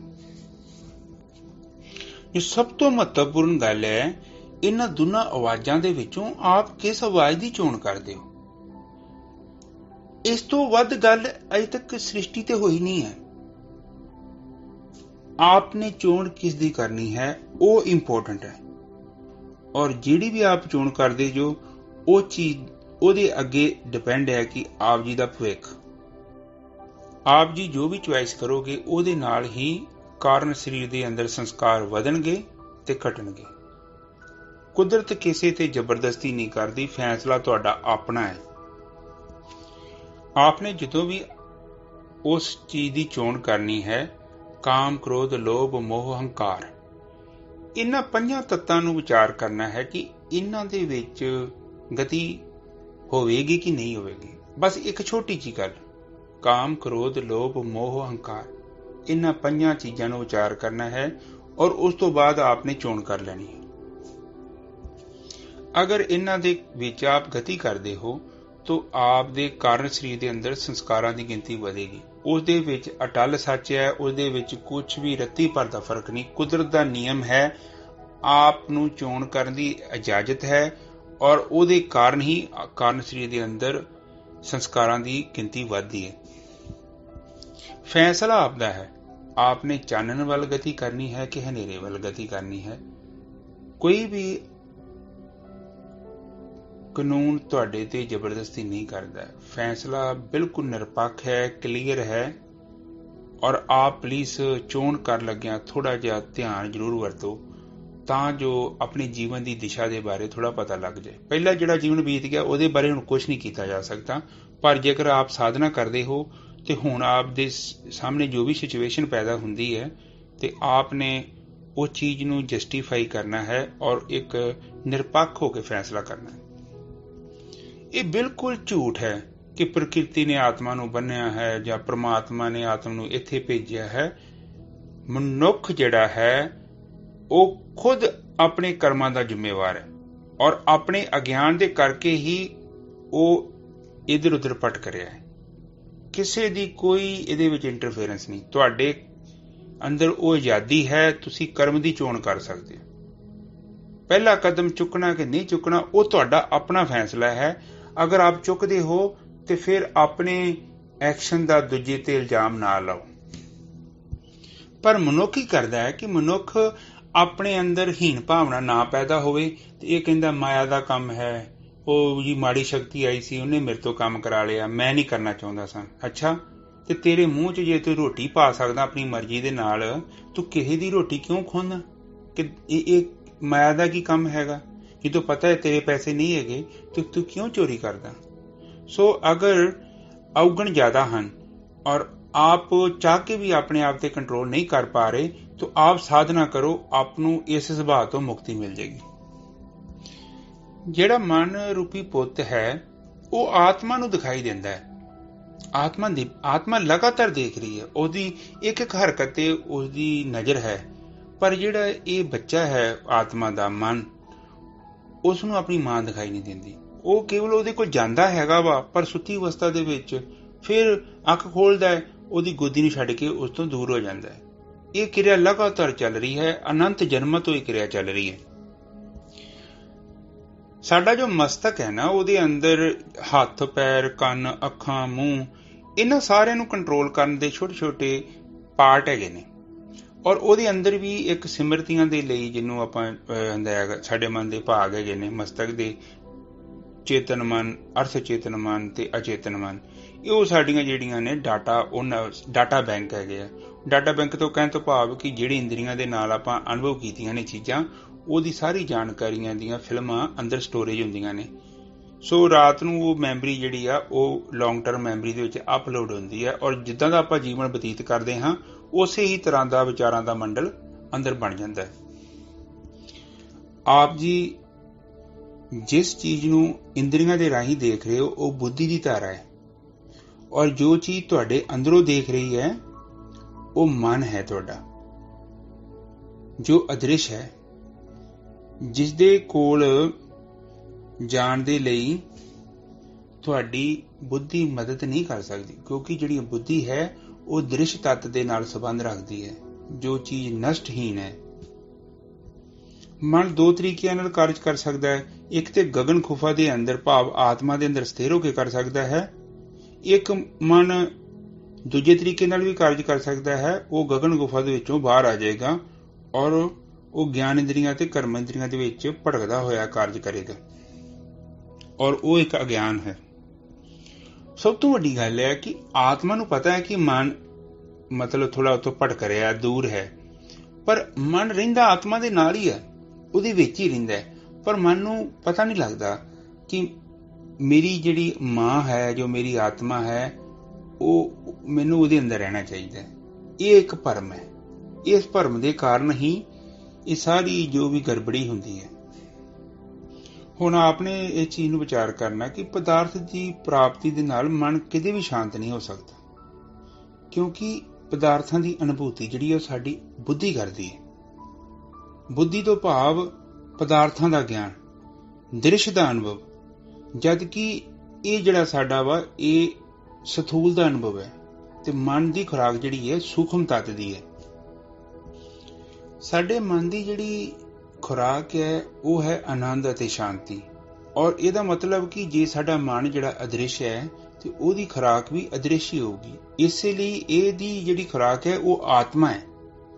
ਅਗਰ ਮਨ ਤੂੰ ਜੋਤ ਸਰੂਪ ਹੈ, ਜੋਤ ਸਰੂਪ ਦਾ ਮਤਲਬ ਹੈ ਕਿ ਤੂੰ ਆਤਮਾ ਹੀ ਹੈ, ਪਰ ਤੂੰ ਆਪਣੀ ਆਤਮਾ ਦੇ ਵਿੱਚ ਵਾਪਸ ਆ ਜਾ। ਤੇਰਾ ਅਸਲੀ ਘਰ ਤੇਰੀ ਆਤਮਾ ਹੈ, ਔਰ ਜਦੋਂ ਵੀ ਮਨ ਜਾਗਰਤ ਅਵਸਥਾ ਵਿੱਚ ਆਤਮਾ 'ਚ ਪ੍ਰਵੇਸ਼ ਕਰ ਜਾਏਗਾ, 1 ਸੈਕਿੰਡ 'ਚ ਸਾਰਾ ਗਿਆਨ ਮਿਟ ਜਾਣਾ, ਔਰ ਫਿਰ ਉਸ ਤੋਂ ਬਾਅਦ ਇਹਦੀ ਯਾਤਰਾ ਅੱਗੇ ਨੂੰ ਹੋਊਗੀ, ਪਿੱਛੇ ਵਾਪਸ ਨਹੀਂ ਆਏਗਾ। ਬੁੱਧੀ ਕੀ ਹੈ? ਬੁੱਧੀ ਦੇ ਕੋਲ ਜਿੰਨੀ ਵੀ ਜਾਣਕਾਰੀਆਂ ਹਨ ਉਹ ਪੁਰਾਣੀਆਂ ਨੇ, ਔਰ ਉਹ ਕੀ ਕਰਦੀ ਹੈ? ਦੋਨੇ ਪੱਖ ਪੇਸ਼ ਕਰਦੀ ਹੈ। ਇੱਕ ਹਾਂ 'ਚ ਹੁੰਦੇ ਨੇ, ਇੱਕ ਨਾ 'ਚ ਹੁੰਦੇ ਨੇ, ਔਰ ਫੈਸਲਾ ਜਿਹੜਾ ਮਨ ਨੇ ਲੈਣਾ ਹੁੰਦਾ ਹੈ। ਔਰ ਕਈ ਵਾਰੀ ਕੀ ਹੁੰਦਾ ਕਿ ਬੁੱਧੀ ਕੋਲ ਕੋਈ ਮਿਲਾਵਟੀ ਗਿਆਨ ਹੁੰਦਾ ਹੈ, ਔਰ ਉਹ ਜਿੱਦਾਂ ਦੀ ਥਾਲੀ ਮਨ ਦੇ ਸਾਹਮਣੇ ਪਰੋਸਦੀ ਹੈ, ਔਰ ਮਨ ਜਿਹੜਾ ਉਹ ਇੰਦਰੀਆਂ 'ਚ ਬੈਠਾ ਹੈ ਉਹ ਜ਼ਿਆਦਾਤਰ ਉਹ ਗਲਤ ਦਿਸ਼ਾ ਦੀ ਚੁਆਇਸ ਕਰਦਾ ਹੈ। ਮਨ ਦੀ ਚੋਣ ਤਦ ਤੱਕ ਨਹੀਂ ਸਹੀ ਹੋਣੀ ਜਿੰਨਾ ਚਿਰ ਤੱਕ ਮਨ ਆਤਮਾ ਤੱਤ ਦੇ ਵਿੱਚ ਲੀਨ ਹੋ ਕੇ ਕੋਈ ਚੀਜ਼ ਨੂੰ ਵੇਖ ਨਹੀਂ ਲੈਂਦਾ।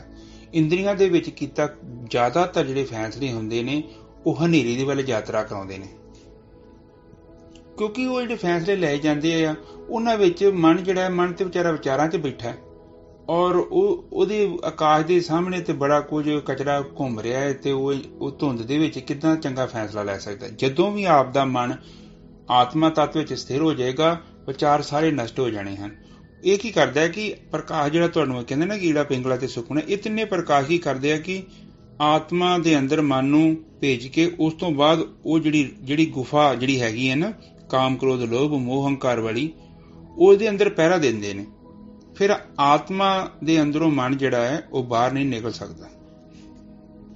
ਤੁਹਾਡੇ ਜੀਵਨ ਦੇ ਕਿੱਦਾਂ ਦੇ ਮਰਜ਼ੀ ਹਾਲਾਤ ਨੇ, ਉਹ ਤੁਹਾਨੂੰ ਆਨੰਦ ਅਤੇ ਸ਼ਾਂਤੀ ਦੇ ਅਨੁਭਵ ਤੋਂ ਤੁਹਾਨੂੰ ਰੋਕ ਨਹੀਂ ਸਕਦੇ, ਕਿਉਂਕਿ ਆਨੰਦ ਅਤੇ ਸ਼ਾਂਤੀ ਜਿਹੜੀ ਹੈ ਉਹ ਆਤਮਾ ਦਾ ਸੁਭਾਅ ਹੈ, ਉਹ ਕਦੋਂ ਆਉਂਦੀ ਨਹੀਂ ਹੈ। ਉਹ ਜਦੋਂ ਵੀ ਜਾਗਰਤ ਅਵਸਥਾ ਦੇ ਵਿੱਚ ਮਨ ਜਦੋਂ ਆਤਮਾ ਦੇ ਵਿੱਚ ਪ੍ਰਵੇਸ਼ ਕਰ ਜਾਂਦਾ ਹੈ ਤੇ ਆਨੰਦ ਅਤੇ ਸ਼ਾਂਤੀ ਉਹਦੇ ਜੀਵਨ ਉਸ ਇਨਸਾਨ ਦੇ ਜੀਵਨ ਵਿੱਚ ਆਉਣਾ ਆਪਣੇ ਆਪ ਹੀ ਆਉਂਦੀ ਹੈ, ਉਹਨੂੰ ਕੁਝ ਕਰਨਾ ਨਹੀਂ ਪੈਂਦਾ। ਉਹ ਅਕਾਰਨ ਹੈ।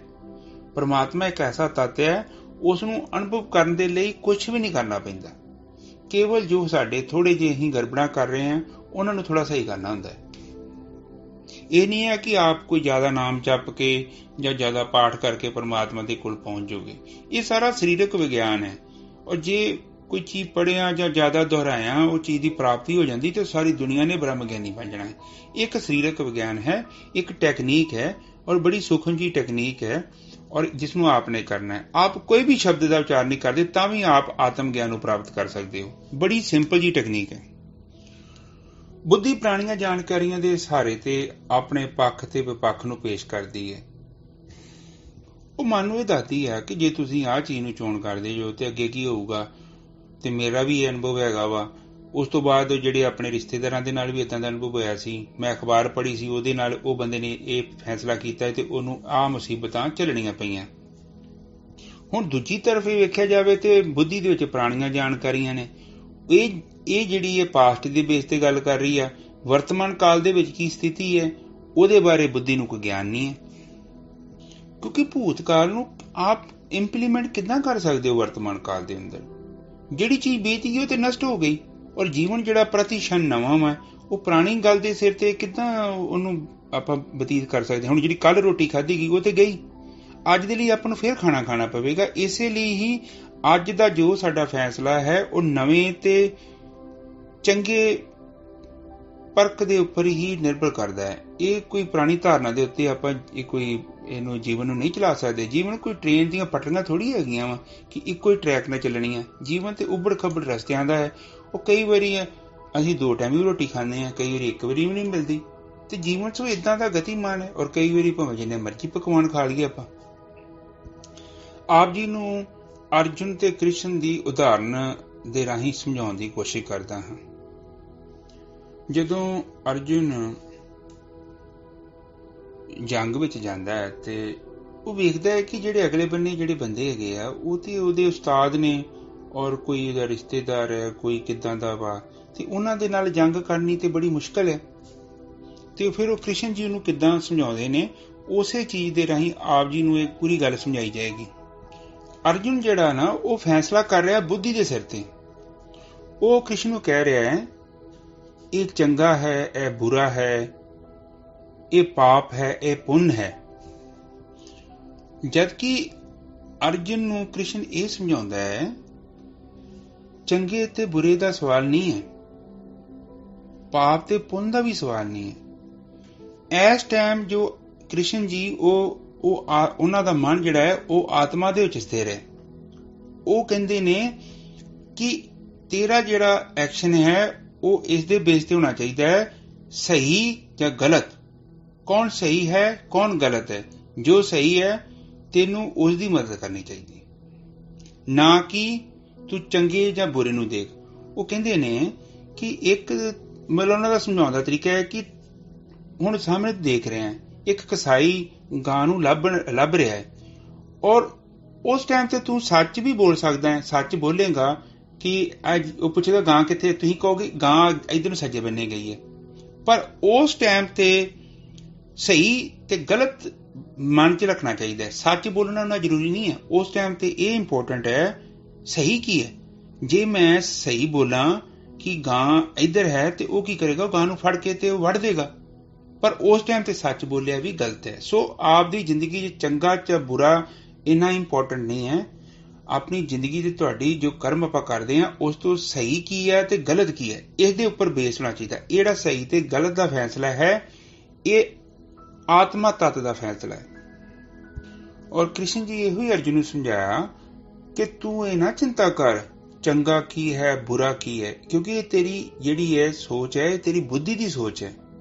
ਪਰ ਹੁਣ ਤੈਨੂੰ ਇਹ ਫੈਸਲਾ ਕਰਨਾ ਪਊਗਾ ਕਿ ਇਸ ਟਾਈਮ ਤੇ ਕੀ ਕਰਨਾ ਸਹੀ ਹੈ ਔਰ ਕੀ ਕਰਨਾ ਗਲਤ ਹੈ। ਸਹੀ ਕੌਣ ਹੈ, ਗਲਤ ਕੌਣ ਹੈ, ਇਹਦੇ ਉੱਤੇ ਤੇਰਾ ਫੈਸਲਾ ਹੋਣਾ ਚਾਹੀਦਾ ਹੈ, ਚੰਗੇ ਜਾਂ ਬੁਰੇ ਦੇ ਉੱਤੇ ਨਹੀਂ ਹੋਣਾ ਚਾਹੀਦਾ। ਹੁਣ ਜਿਹੜੀ ਬੁੱਧੀ ਤੱਤ ਆ, ਇਹ 'ਚ ਕੋਈ ਵੀ ਇਨਸਾਨ ਹੈ, ਜਦੋਂ ਨੈਚੁਰਲੀ ਤੁਸੀਂ ਇੱਧਰ ਆਲੇ ਦੁਆਲੇ ਧਿਆਨ ਰੱਖੋਗੇ, ਕਿਤਾਬਾਂ ਪੜ੍ਹੋਗੇ ਔਰ ਹੋਰ ਜਾਣਕਾਰੀਆਂ ਚੀਜ਼ਾਂ ਪੜ੍ਹੋਗੇ ਤੇ ਤੁਹਾਡੀ ਬੁੱਧੀ ਦੇ ਵਿੱਚ ਵਿਕਾਸ ਹੋ ਜਾਏਗਾ ਔਰ ਤੁਸੀਂ ਕਿਸੇ ਤੱਤ ਦੀ ਜ਼ਿਆਦਾ ਖੋਜ ਕਰ ਲਓਗੇ। ਤੁਸੀਂ ਇੱਕ ਚੰਗੇ ਬੁਲਾਰੇ ਬਣ ਸਕਦੇ ਹੋ, ਚੰਗੇ ਇੱਕ ਇੰਜੀਨੀਅਰ ਬਣ ਸਕਦੇ ਹੋ, ਚੰਗੇ ਡਾਕਟਰ ਬਣ ਸਕਦੇ ਹੋ। ਤਾਂ ਸਾਰੇ ਇਹ ਜਿਹੜੀਆਂ ਤੁਹਾਡੀ ਬੁੱਧੀ ਦੇ ਇਜ਼ਾਫੇ ਹੋਣ ਤੇ ਡਿਪੈਂਡ ਕਰਦੀਆਂ ਹਨ। ਆਪ ਜੀ ਨੇ ਇੱਕ ਗੱਲ ਯਾਦ ਰੱਖਣੀ, ਆਪ ਦਾ ਜਿਹੜਾ ਆਪ ਦਾ ਜੋ ਕਰੈਕਟਰ ਹੈ, ਜੋ ਆਪ ਦਾ ਕਰੈਕਟਰ ਦੇ ਮਾਲਕ ਤੁਸੀਂ ਖੁਦ ਜੋ, ਤੁਸੀਂ ਕੌਣ ਜੋ, ਇਹ ਡਿਪੈਂਡ ਕਰਦਾ ਹੈ। ਇਹ ਨਹੀਂ ਹੈ ਕਿ ਤੁਹਾਡੇ ਕੋਲ ਕਿੰਨੀ ਪ੍ਰਾਪਰਟੀ ਹੈ ਜਾਂ ਤੁਸੀਂ ਕਿੰਨੇ ਪੜ੍ਹੇ ਲਿਖੇ ਜੋ, ਉਹ ਜਾਂ ਕਿੱਡੀ ਵੱਡੀ ਪੋਸਟ ਤੇ ਬੈਠੇ ਜੋ, ਉਹ ਐਡਾ ਇੰਪੋਰਟੈਂਟ ਨਹੀਂ ਹੈ। ਤੁਹਾਡਾ ਆਪਣਾ ਕਰੈਕਟਰ ਕੀ ਹੈ, ਤੁਸੀਂ ਕਿਸ ਚੀਜ਼ ਨੂੰ ਰਿਪਰੈਜ਼ੈਂਟ ਕਰਦੇ ਜੋ, ਉਹ ਇੰਪੋਰਟੈਂਟ ਹੈ। ਖੁਦ ਦਾ ਕਰੈਕਟਰ, ਤੁਸੀਂ ਅੰਦਰੋਂ ਕਿੱਦਾਂ ਸੋਚ ਵਿਚਾਰ ਰੱਖਦੇ ਜੋ, ਉਹ ਮਹੱਤਵਪੂਰਨ ਹੈ। ਆਪ ਬਾਹਰ ਲੋਕਾਂ ਨੂੰ ਕੀ ਦਿਖਾਉਂਦੇ ਜੋ, ਉਹ ਬਹੁਤ ਉੱਪਰੋਂ ਹੀ ਹੈ, ਉਹਦੇ ਵਿੱਚ ਕੋਈ ਸਾਰ ਨਹੀਂ ਹੈ। ਆਪ ਦਾ ਫੈਸਲਾ ਚੰਗੇ ਤੇ ਬੁਰੇ ਉੱਪਰ ਨਿਰਭਰ ਨਹੀਂ ਹੋਣਾ ਚਾਹੀਦਾ, ਜਾਂ ਪੁੰਨ ਜਾਂ ਪਾਪ ਤੇ ਨਿਰਭਰ ਨਹੀਂ ਹੋਣਾ ਚਾਹੀਦਾ। ਆਪ ਦਾ ਫੈਸਲਾ ਹੋਣਾ ਚਾਹੀਦਾ ਹੈ ਸਹੀ ਕੀ ਹੈ ਤੇ ਗਲਤ ਕੀ ਹੈ। ਇਹੋ ਹੀ ਧਰਮ ਹੈ। ਕਈ ਵਾਰੀ ਕਿਰਪਾਨ ਚੁੱਕਣੀ ਹੀ ਸਹੀ ਹੈ, ਕਿਉਂਕਿ ਜਦੋਂ ਬਦੀ ਵੱਧ ਜਾਂਦੀ ਹੈ ਔਰ ਬਦੀ ਨੂੰ ਖਤਮ ਕਰਨ ਦੇ ਲਈ ਕਿਰਪਾਨ ਚੁੱਕਣੀ ਧਰਮ ਹੈ। ਜ਼ੁਲਮ ਕਰਨਾ ਪਾਪ ਹੈ ਔਰ ਜ਼ੁਲਮ ਸਹਿਣਾ ਵੀ ਪਾਪ ਹੈ। ਜ਼ੁਲਮ ਦਾ ਮਤਲਬ ਇਹ ਨਹੀਂ ਹੈ ਕਿ ਹੁਣ ਤੁਸੀਂ ਘਰਦਿਆਂ ਦੇ ਨਾਲ ਲੜਨਾ ਸ਼ੁਰੂ ਕਰ ਦੇਣਾ ਹੈ। ਕਈ ਵਾਰੀ ਪਿਆਰੇ ਨੇ, ਤੁਹਾਡੇ ਪਿਆਰ ਕਰਨ ਵਾਲੇ ਨੇ, ਤੁਹਾਡੇ ਫੈਮਿਲੀ ਮੈਂਬਰ ਨੇ, ਉਹ ਕਈ ਵਾਰੀ ਗੁੱਸਾ ਵੀ ਕਰਦੇ ਨੇ, ਉਹਨਾਂ ਦਾ ਗੁੱਸਾ ਵੀ ਪਿਆਰ ਨਾਲ ਜਰ ਲਓ, ਉਹਦੇ ਵਿੱਚ ਹੀ ਆਨੰਦ ਹੈ। ਤੇ ਕਈ ਵਾਰੀ ਦਿਲ ਕਰਦਾ ਹੈ ਕਿ ਹਾਰ ਜਾਈਏ। ਹੁਣ ਬੱਚੇ, ਆਪਣੇ ਛੋਟੇ ਬੱਚੇ ਆ, ਉਹ ਕੁਸ਼ਤੀ ਕਰਦੇ, ਉਹ ਸਾਨੂੰ ਹਰਾਉਂਦੇ ਆ, ਤੇ ਉਹ ਹਾਰ 'ਚ ਵੀ ਮਜ਼ਾ ਹੈ ਕਿ ਬੱਚੇ ਜਿੱਤ ਰਹੇ ਨੇ। ਤੇ ਜੇ ਕੋਈ ਪਿਓ ਆਪ ਬੱਚੇ ਦੀ ਛਾਤੀ ਤੇ ਚੜ੍ਹ ਕੇ ਬਹਿ ਗਿਆ ਤੇ ਉਹ ਸਹੀ ਨਹੀਂ ਹੈ, ਉਹ ਗਲਤ ਹੈ। ਔਰ ਜਿੰਨੇ ਜ਼ਿਆਦਾ ਸੰਸਕਾਰ ਵਧਣਗੇ, ਮਾੜੇ ਸੰਸਕਾਰ, ਉਹਦੇ ਨਾਲ ਕੀ ਹੋਊਗੀ, ਸਾਡੀ ਜਿਹੜੀ ਉਹ ਬੁੱਧੀ ਉਹ ਭ੍ਰਿਸ਼ਟ ਹੋ ਜਾਊਗੀ। ਬਾਣੀ 'ਚ ਵੀ ਲਿਖਿਆ ਨਾ, ਭਰੀਏ ਮਤ ਪਾਪ ਕੇ ਸੰਗ, ਉਹ ਧੋਵੇ ਨਾਵੇ ਕੇ ਰੰਗ। ਉਹ ਜਦੋਂ ਬੁੱਧੀ ਭ੍ਰਿਸ਼ਟ ਹੋ ਜਾਂਦੀ ਹੈ ਤੇ ਫਿਰ ਕਹਿੰਦਾ ਸੰਸਕਾਰ ਵੱਧਦੇ ਜਾਂਦੇ, ਔਰ ਉਹਨਾਂ ਨੂੰ ਧੋਣ ਵਾਸਤੇ ਉਹ ਜਿਹੜੀਆਂ ਆਪ ਜੀ ਨੂੰ ਮੈਂ ਕਹਿੰਦਾ ਨਾ ਬ੍ਰਹਮਾਗਨ, ਉਹ ਬ੍ਰਹਮਾਗਨ ਦੀ ਜ਼ਰੂਰਤ ਪਊਗੀ। ਨਾਮ ਜਿਹੜਾ ਹੈ ਨਾ, ਉਹ ਨਾਮ ਤੁਹਾਡੇ ਨਾਭੀ ਕੇਂਦਰ ਦੇ ਲਾਗੇ ਸੁੱਤੀ ਅਵਸਥਾ ਦੇ ਵਿੱਚ ਹੈ, ਔਰ ਉਹਦੀ ਸਾਧਨਾ ਹੀ ਆਟੋਮੈਟਿਕਲੀ ਸ਼ੁਰੂ ਹੋ ਜਾਣੀ। ਜਦੋਂ ਆਪ ਨੇ ਆਹ ਜਿਹੜਾ ਬੇਸਿਕ ਸ਼ੁਰੂ ਕਰ ਦਿੱਤਾ ਨਾ, ਆਪ ਸਮਝ ਹੀ ਗਏ ਹੋ, ਜਾਗਰਤ ਅਵਸਥਾ ਦੇ ਵਿੱਚ ਜਦੋਂ ਮਨ 1-1 ਮਿੰਟ 2-2 ਮਿੰਟ ਜਾਣ ਸ਼ੁਰੂ ਕਰੇਗਾ, ਇਹ ਕਰਨਾ ਹੀ ਹੈ। ਜਦੋਂ ਡਾਇਰੈਕਸ਼ਨ ਹੀ ਚੇਂਜ ਕਰ ਦਿੱਤੀ ਤਾਂ ਅਗਲੇ ਬੰਨੇ ਤੇ ਆਤਮਾ ਵਾ, ਬਾਹਰ ਮੁਖੀ ਹੈ ਤੇ ਸੰਸਾਰ ਹੈ। ਜਦੋਂ ਆਪ ਅੰਤਰ ਧਿਆਨ ਹੋ ਕੇ ਬਹਿ ਗਏ, ਇਹਨੇ ਆਟੋਮੈਟਿਕਲੀ ਆਤਮਾ ਦੇ ਕੋਲ ਚੱਲ ਜਾਣਾ ਹੈ। ਇਹਦੇ ਕੋਈ ਆਪਸ਼ਨ ਨਹੀਂ ਹੈਗਾ। ਇਹ ਫੈਸਲਾ ਤੁਹਾਡਾ ਹੈ, ਤੁਸੀਂ ਮਨ ਨੂੰ ਅੰਤਰਮੁਖੀ ਕਰਨਾ ਕਿ ਨਹੀਂ ਕਰਨਾ। ਉਹ ਕੋਈ ਜ਼ਬਰਦਸਤੀ ਨਹੀਂ ਹੈ। ਤੁਸੀਂ ਭਾਵੇਂ ਮੇਰੀਆਂ ਕਿਤਾਬਾਂ ਪੜ੍ਹ ਲਓ ਜਾਂ ਮੈਨੂੰ ਪੜ੍ਹ ਲਓ ਜਾਂ ਮੈਨੂੰ ਸੁਣ ਲਓ, ਮੈਂ ਜ਼ਬਰਦਸਤੀ ਆਪ ਨੂੰ ਆਤਮ ਗਿਆਨ ਨਹੀਂ ਦੇ ਸਕਦਾ। ਮੈਂ ਕੀ, ਦੁਨੀਆ ਦਾ ਕੋਈ ਵੀ ਇਨਸਾਨ ਨਹੀਂ ਦੇ ਸਕਦਾ। ਇਹ ਫੈਸਲਾ 101% ਤੁਹਾਡੇ ਤੇ ਨਿਰਭਰ ਕਰਦਾ ਹੈ, ਤੁਸੀਂ ਆਤਮ ਗਿਆਨ ਪ੍ਰਾਪਤ ਕਰਨਾ ਹੈ ਜਾਂ ਨਹੀਂ ਕਰਨਾ ਹੈ। ਹਾਂ, ਅਗਰ ਧੋਖਾ ਦੇਣਾ ਹੈ, ਆਪ ਚਾਹੁੰਦੇ ਹੋ ਕਿ ਆਪ ਨੂੰ ਆਤਮ ਗਿਆਨ ਨਹੀਂ ਪ੍ਰਾਪਤ ਕਰਨਾ ਹੈ, ਤੇ ਆਪ ਧੋਖਾ ਦੇਣ ਦੇ ਲਈ ਕਿਹਾ ਤੋਂ ਨਾਮਦਾਨ ਲੈ ਆਓ, ਤੇ ਉਹਨੇ ਤੁਹਾਨੂੰ ਨਾਮ ਦੇ ਦੇਣਾ ਹੈ। ਉਹ ਨਕਲੀ ਹੀਰਾ, ਪਰ ਤੁਹਾਡੀ ਜ਼ਿੰਦਗੀ 'ਚ ਆਨੰਦ ਤੇ ਸ਼ਾਂਤੀ ਕਦੇ ਨਹੀਂ ਲੈ ਕੇ ਆ ਸਕਦਾ। ਭਾਵੇਂ ਕਿ 100 ਸਾਲ ਉਹਨਾਂ ਕੋਲ ਬਹਿ ਕੇ ਦੇਖ ਲੈਣਾ, ਅਰਬਾਂ ਖਰਬਾਂ ਦੁਨੀਆ ਇਸੇ ਹੀ ਚੱਕਰ ਦੇ ਵਿੱਚ ਧਰਤੀ ਤੇ ਆਉਂਦੀ ਹੈ ਔਰ ਆਪਣਾ ਜੀਵਨ ਨਸ਼ਟ ਕਰਕੇ ਚਲ ਜਾਂਦੀ ਹੈ, ਕਿਉਂਕਿ ਉਹ ਉਸ ਜਗ੍ਹਾ ਤੇ ਬੈਠੇ ਹਨ ਜਿੱਥੇ ਉਹ ਗਿਆਨ ਕਦੇ ਵੀ ਪ੍ਰਾਪਤ ਨਹੀਂ ਹੋਏਗਾ। ਆਪ ਜੀ ਦਾ ਗਿਆਨ ਆਪ ਦੇ ਅੰਦਰ ਹੈ, ਆਪ ਨੂੰ ਕੋਈ ਨਹੀਂ ਕਰਾ ਸਕਦਾ। ਆਪ ਦਾ ਗਿਆਨ ਜੋ ਹੈ ਆਪ ਦੀ ਆਤਮਾ ਹੈ। ਬੱਚਾ ਆਤਮਾ ਤੋਂ ਵਿਛੜਿਆ ਹੈ ਔਰ ਉਸ ਬੱਚੇ ਨੂੰ ਆਪ ਲੈ ਕੇ ਜਾ ਸਕਦੇ ਹੋ। ਆਪ ਨੇ ਕੇਵਲ ਕੀ ਕਰਨਾ ਕਿ ਆਪਣੀ ਸੁਰਤੀ ਦੀ ਡਾਇਰੈਕਸ਼ਨ ਚੇਂਜ ਕਰਨੀ ਹੈ। ਬਾਹਰ ਮੁਖੀ ਸੀ, ਅੰਤਰਮੁਖੀ ਕਰਕੇ 45 ਮਿੰਟ ਬਹਿਣਾ ਹੈ ਔਰ ਸਾਰਾ ਦਿਨ ਧਿਆਨ ਰੱਖਣਾ ਹੈ ਕਿ ਮੇਰਾ ਮਨ ਕਿੱਧਰ ਜਾ ਰਿਹਾ ਹੈ, ਔਰ ਜਾ ਰਿਹਾ ਹੈ ਤੇ ਬੜਾ ਬੱਚਾ ਚੰਗਾ ਹੈ, ਇਹਨੂੰ ਤੇ ਸਮਝਾ ਕੇ ਤੁਸੀਂ ਵਾਪਸ ਲਿਆ ਸਕਦੇ ਹੋ, ਔਰ ਤੁਹਾਡੇ ਕੋਲ ਤੇ ਬੁੱਧੀ ਵੀ ਹੈਗੀ ਹੈ, ਔਰ ਤੁਸੀਂ ਆਪਣੀ ਬੁੱਧੀ ਦੀ ਵਰਤੋਂ ਕਰੋ, ਇਹਨੂੰ ਸਮਝਾਓ। ਕਿਉਂ ਨਹੀਂ ਸਮਝੇਗਾ? ਸਮਝਦਾ ਹੈ। ਔਰ ਜਦੋਂ ਵੀ ਬੁੱਧੀ ਦੇ ਵਿੱਚ ਜ਼ਿਆਦਾ ਗਵਾਚੇ ਵਿਚਾਰਾਂ ਤੋਂ ਤੋੜ ਦਿਆ ਕਰੋ। 5-7 ਵਿਚਾਰ ਆਪਨੇ ਪੁੱਟੇ ਤੇ ਗੱਲ ਖਤਮ ਹੋ ਜਾਣੀ। ਉਸ ਤੋਂ ਬਾਅਦ ਤੇ ਮਨ ਕੋ ਬਚਣਾ ਹੀ ਨਹੀਂ ਕੁਛ। 4-5 ਗੱਲਾਂ। ਔਰ ਉਸ ਤੋਂ ਵੱਡੀ ਗੱਲ ਹੈ, ਜਦ ਤੱਕ ਆਪ ਸਾਧਨਾ ਕਰਦੇ ਜੋ ਆਪਣੇ ਹੰਕਾਰ ਨੂੰ ਥੋੜਾ ਦੂਰ ਰੱਖੋ। ਹੰਕਾਰ ਕਾਹਦਾ ਆਪਣੇ ਕੋ ਕਾਹਦਾ ਹੰਕਾਰ ਹੈ? ਆਪਾਂ ਤੇ ਇੱਕ ਬਹੁਤ ਹੀ ਬ੍ਰਹਮੰਡ ਦੇਖੀਏ, ਸਾਰੀ ਧਰਤੀ ਜਿਹੜੀ ਹੈਗੀ ਨਾ, ਆਪਣੀ ਧਰਤੀ, ਉਹ ਗੱਲ ਸੱਚੀ ਹੈ। ਉਹ ਕਹਿੰਦੇ ਨੇ ਕਿ ਕਿਹੜੀ ਧਰਤੀ ਤੋਂ ਆਇਆ? ਉਹ ਕਹਿੰਦਾ ਜੀ ਮੈਂ ਫਲਾਣੀ ਧਰਤੀ ਤੋਂ ਆਇਆ। ਕਹਿੰਦਾ ਕਿ ਇੱਥੇ ਇੱਕ ਧਰਤੀਆਂ ਭੋਲਿਆ ਪੰਛੀਆ, ਤੈਨੂੰ ਤਾਂ ਪਤਾ ਕੁਛ ਨਹੀਂ। ਤੇ ਕਹਿੰਦਾ ਉਹ ਪੱਥਰ ਹੈਗਾ, ਪਹਾੜ ਹੈਗਾ, ਇੱਥੇ ਜਾ ਕੇ ਆਪਣਾ ਨਾਂ ਲਿਖ ਲਿਆ ਜੇ ਧਰਤੀ ਜਿੱਤ ਆ। ਤੇ ਉਹ ਕਹਿੰਦਾ ਕਿ ਮੈਂ ਲਿਖਣ ਗਿਆ ਤੇ ਕਹਿੰਦਾ ਨਾਲ ਦੇ ਬੰਦੇ ਨਾਲ ਨਹੀਂ ਖੜੇ, ਕਿ ਕਹਿੰਦਾ ਇੱਜ਼ਤ ਦਾ ਫਜੀਆ ਹੋ ਜਾਣਾ ਸੀ, ਕਿਉਂਕਿ ਉਹ ਪਹਾੜ ਸੀ ਜਿਹੜਾ ਐਡਾ ਵੱਡਾ, ਉਹ ਨਾਵਾਂ ਦੇ ਨਾਲ ਹੀ ਭਰਿਆ ਸੀ। ਸੋ ਕਹਿਣ ਤੋਂ ਭਾਵ ਆ ਕਿ ਇਨਸਾਨ ਜਿਹੜਾ ਵਾ ਪਤਾ ਨਹੀਂ ਕਾਹਦਾ ਹੰਕਾਰ ਕਰੀ ਜਾਂਦਾ ਵਾ। ਇੱਥੇ ਤੇ ਪਾਣੀ ਦੇ ਬੁਲਬੁਲੇ ਤੋਂ ਵੱਧ ਕਹਾਣੀ ਨਹੀਂ ਹੈਗੀ। ਅੱਜ ਗਿਆ ਹੀ ਤੇ ਕੱਲ ਗਿਆ, ਉਹ ਸਤਿ ਸ੍ਰੀ ਅਕਾਲ ਹੋ ਜਾਣੀ ਆ। ਬੰਦਾ ਜਿਉਂਦਾ ਹੁੰਦਾ ਵਾ ਤੇ ਬੰਦੇ ਦੇ ਇੰਨੀ ਨਿੰਦਿਆ ਚੱਲਦੀ ਆ, ਤੇ ਜਦੋਂ ਮਰ ਜਾਂਦਾ ਵਾ ਤੇ ਜਣਾ ਖਣਾ ਮੈਕ ਫੜ ਕੇ ਬਹਿ ਜਾਂਦਾ ਤੇ ਫੋਕੀਆਂ ਝੂਠੀਆਂ ਗੱਪਾਂ ਕਿ ਇਹ ਬੜਾ ਵਧੀਆ ਸੀ, ਇਹ ਹੀ ਉਹ ਹੀ, ਤੇ ਜਿਉਂਦੇ ਜੀ ਭਾਵੇਂ ਨੂੰ ਪੁੱਛਿਆ ਵੀ ਨਾ ਹੋਵੇ। ਇਹ ਸੰਸਾਰ ਏਦਾਂ ਹੀ ਆ, ਮਰਿਆਂ ਦੀ ਸਾਰ ਕਰਦਾ ਵਾ। ਜਿਹੜਾ ਬੰਦਾ ਜਿਉਂਦਾ ਵਾ ਉਹਦੇ ਕੋ ਨਹੀਂ ਜਾਂਦਾ ਹੈ, ਕਿਉਂਕਿ ਉਹਦੇ ਕੋ ਜਾਣਾ ਵਾ, ਉਹਨੇ ਅਕਸ਼ ਵਿਖਾਉਣਾ, ਉਹਨੇ ਦਾ ਚਿਹਰਾ ਵਿਖਾਉਣਾ ਵਾ ਕਿ ਭੁਲਿਆ ਆ ਹੀ ਤੇਰਾ ਚਿਹਰਾ।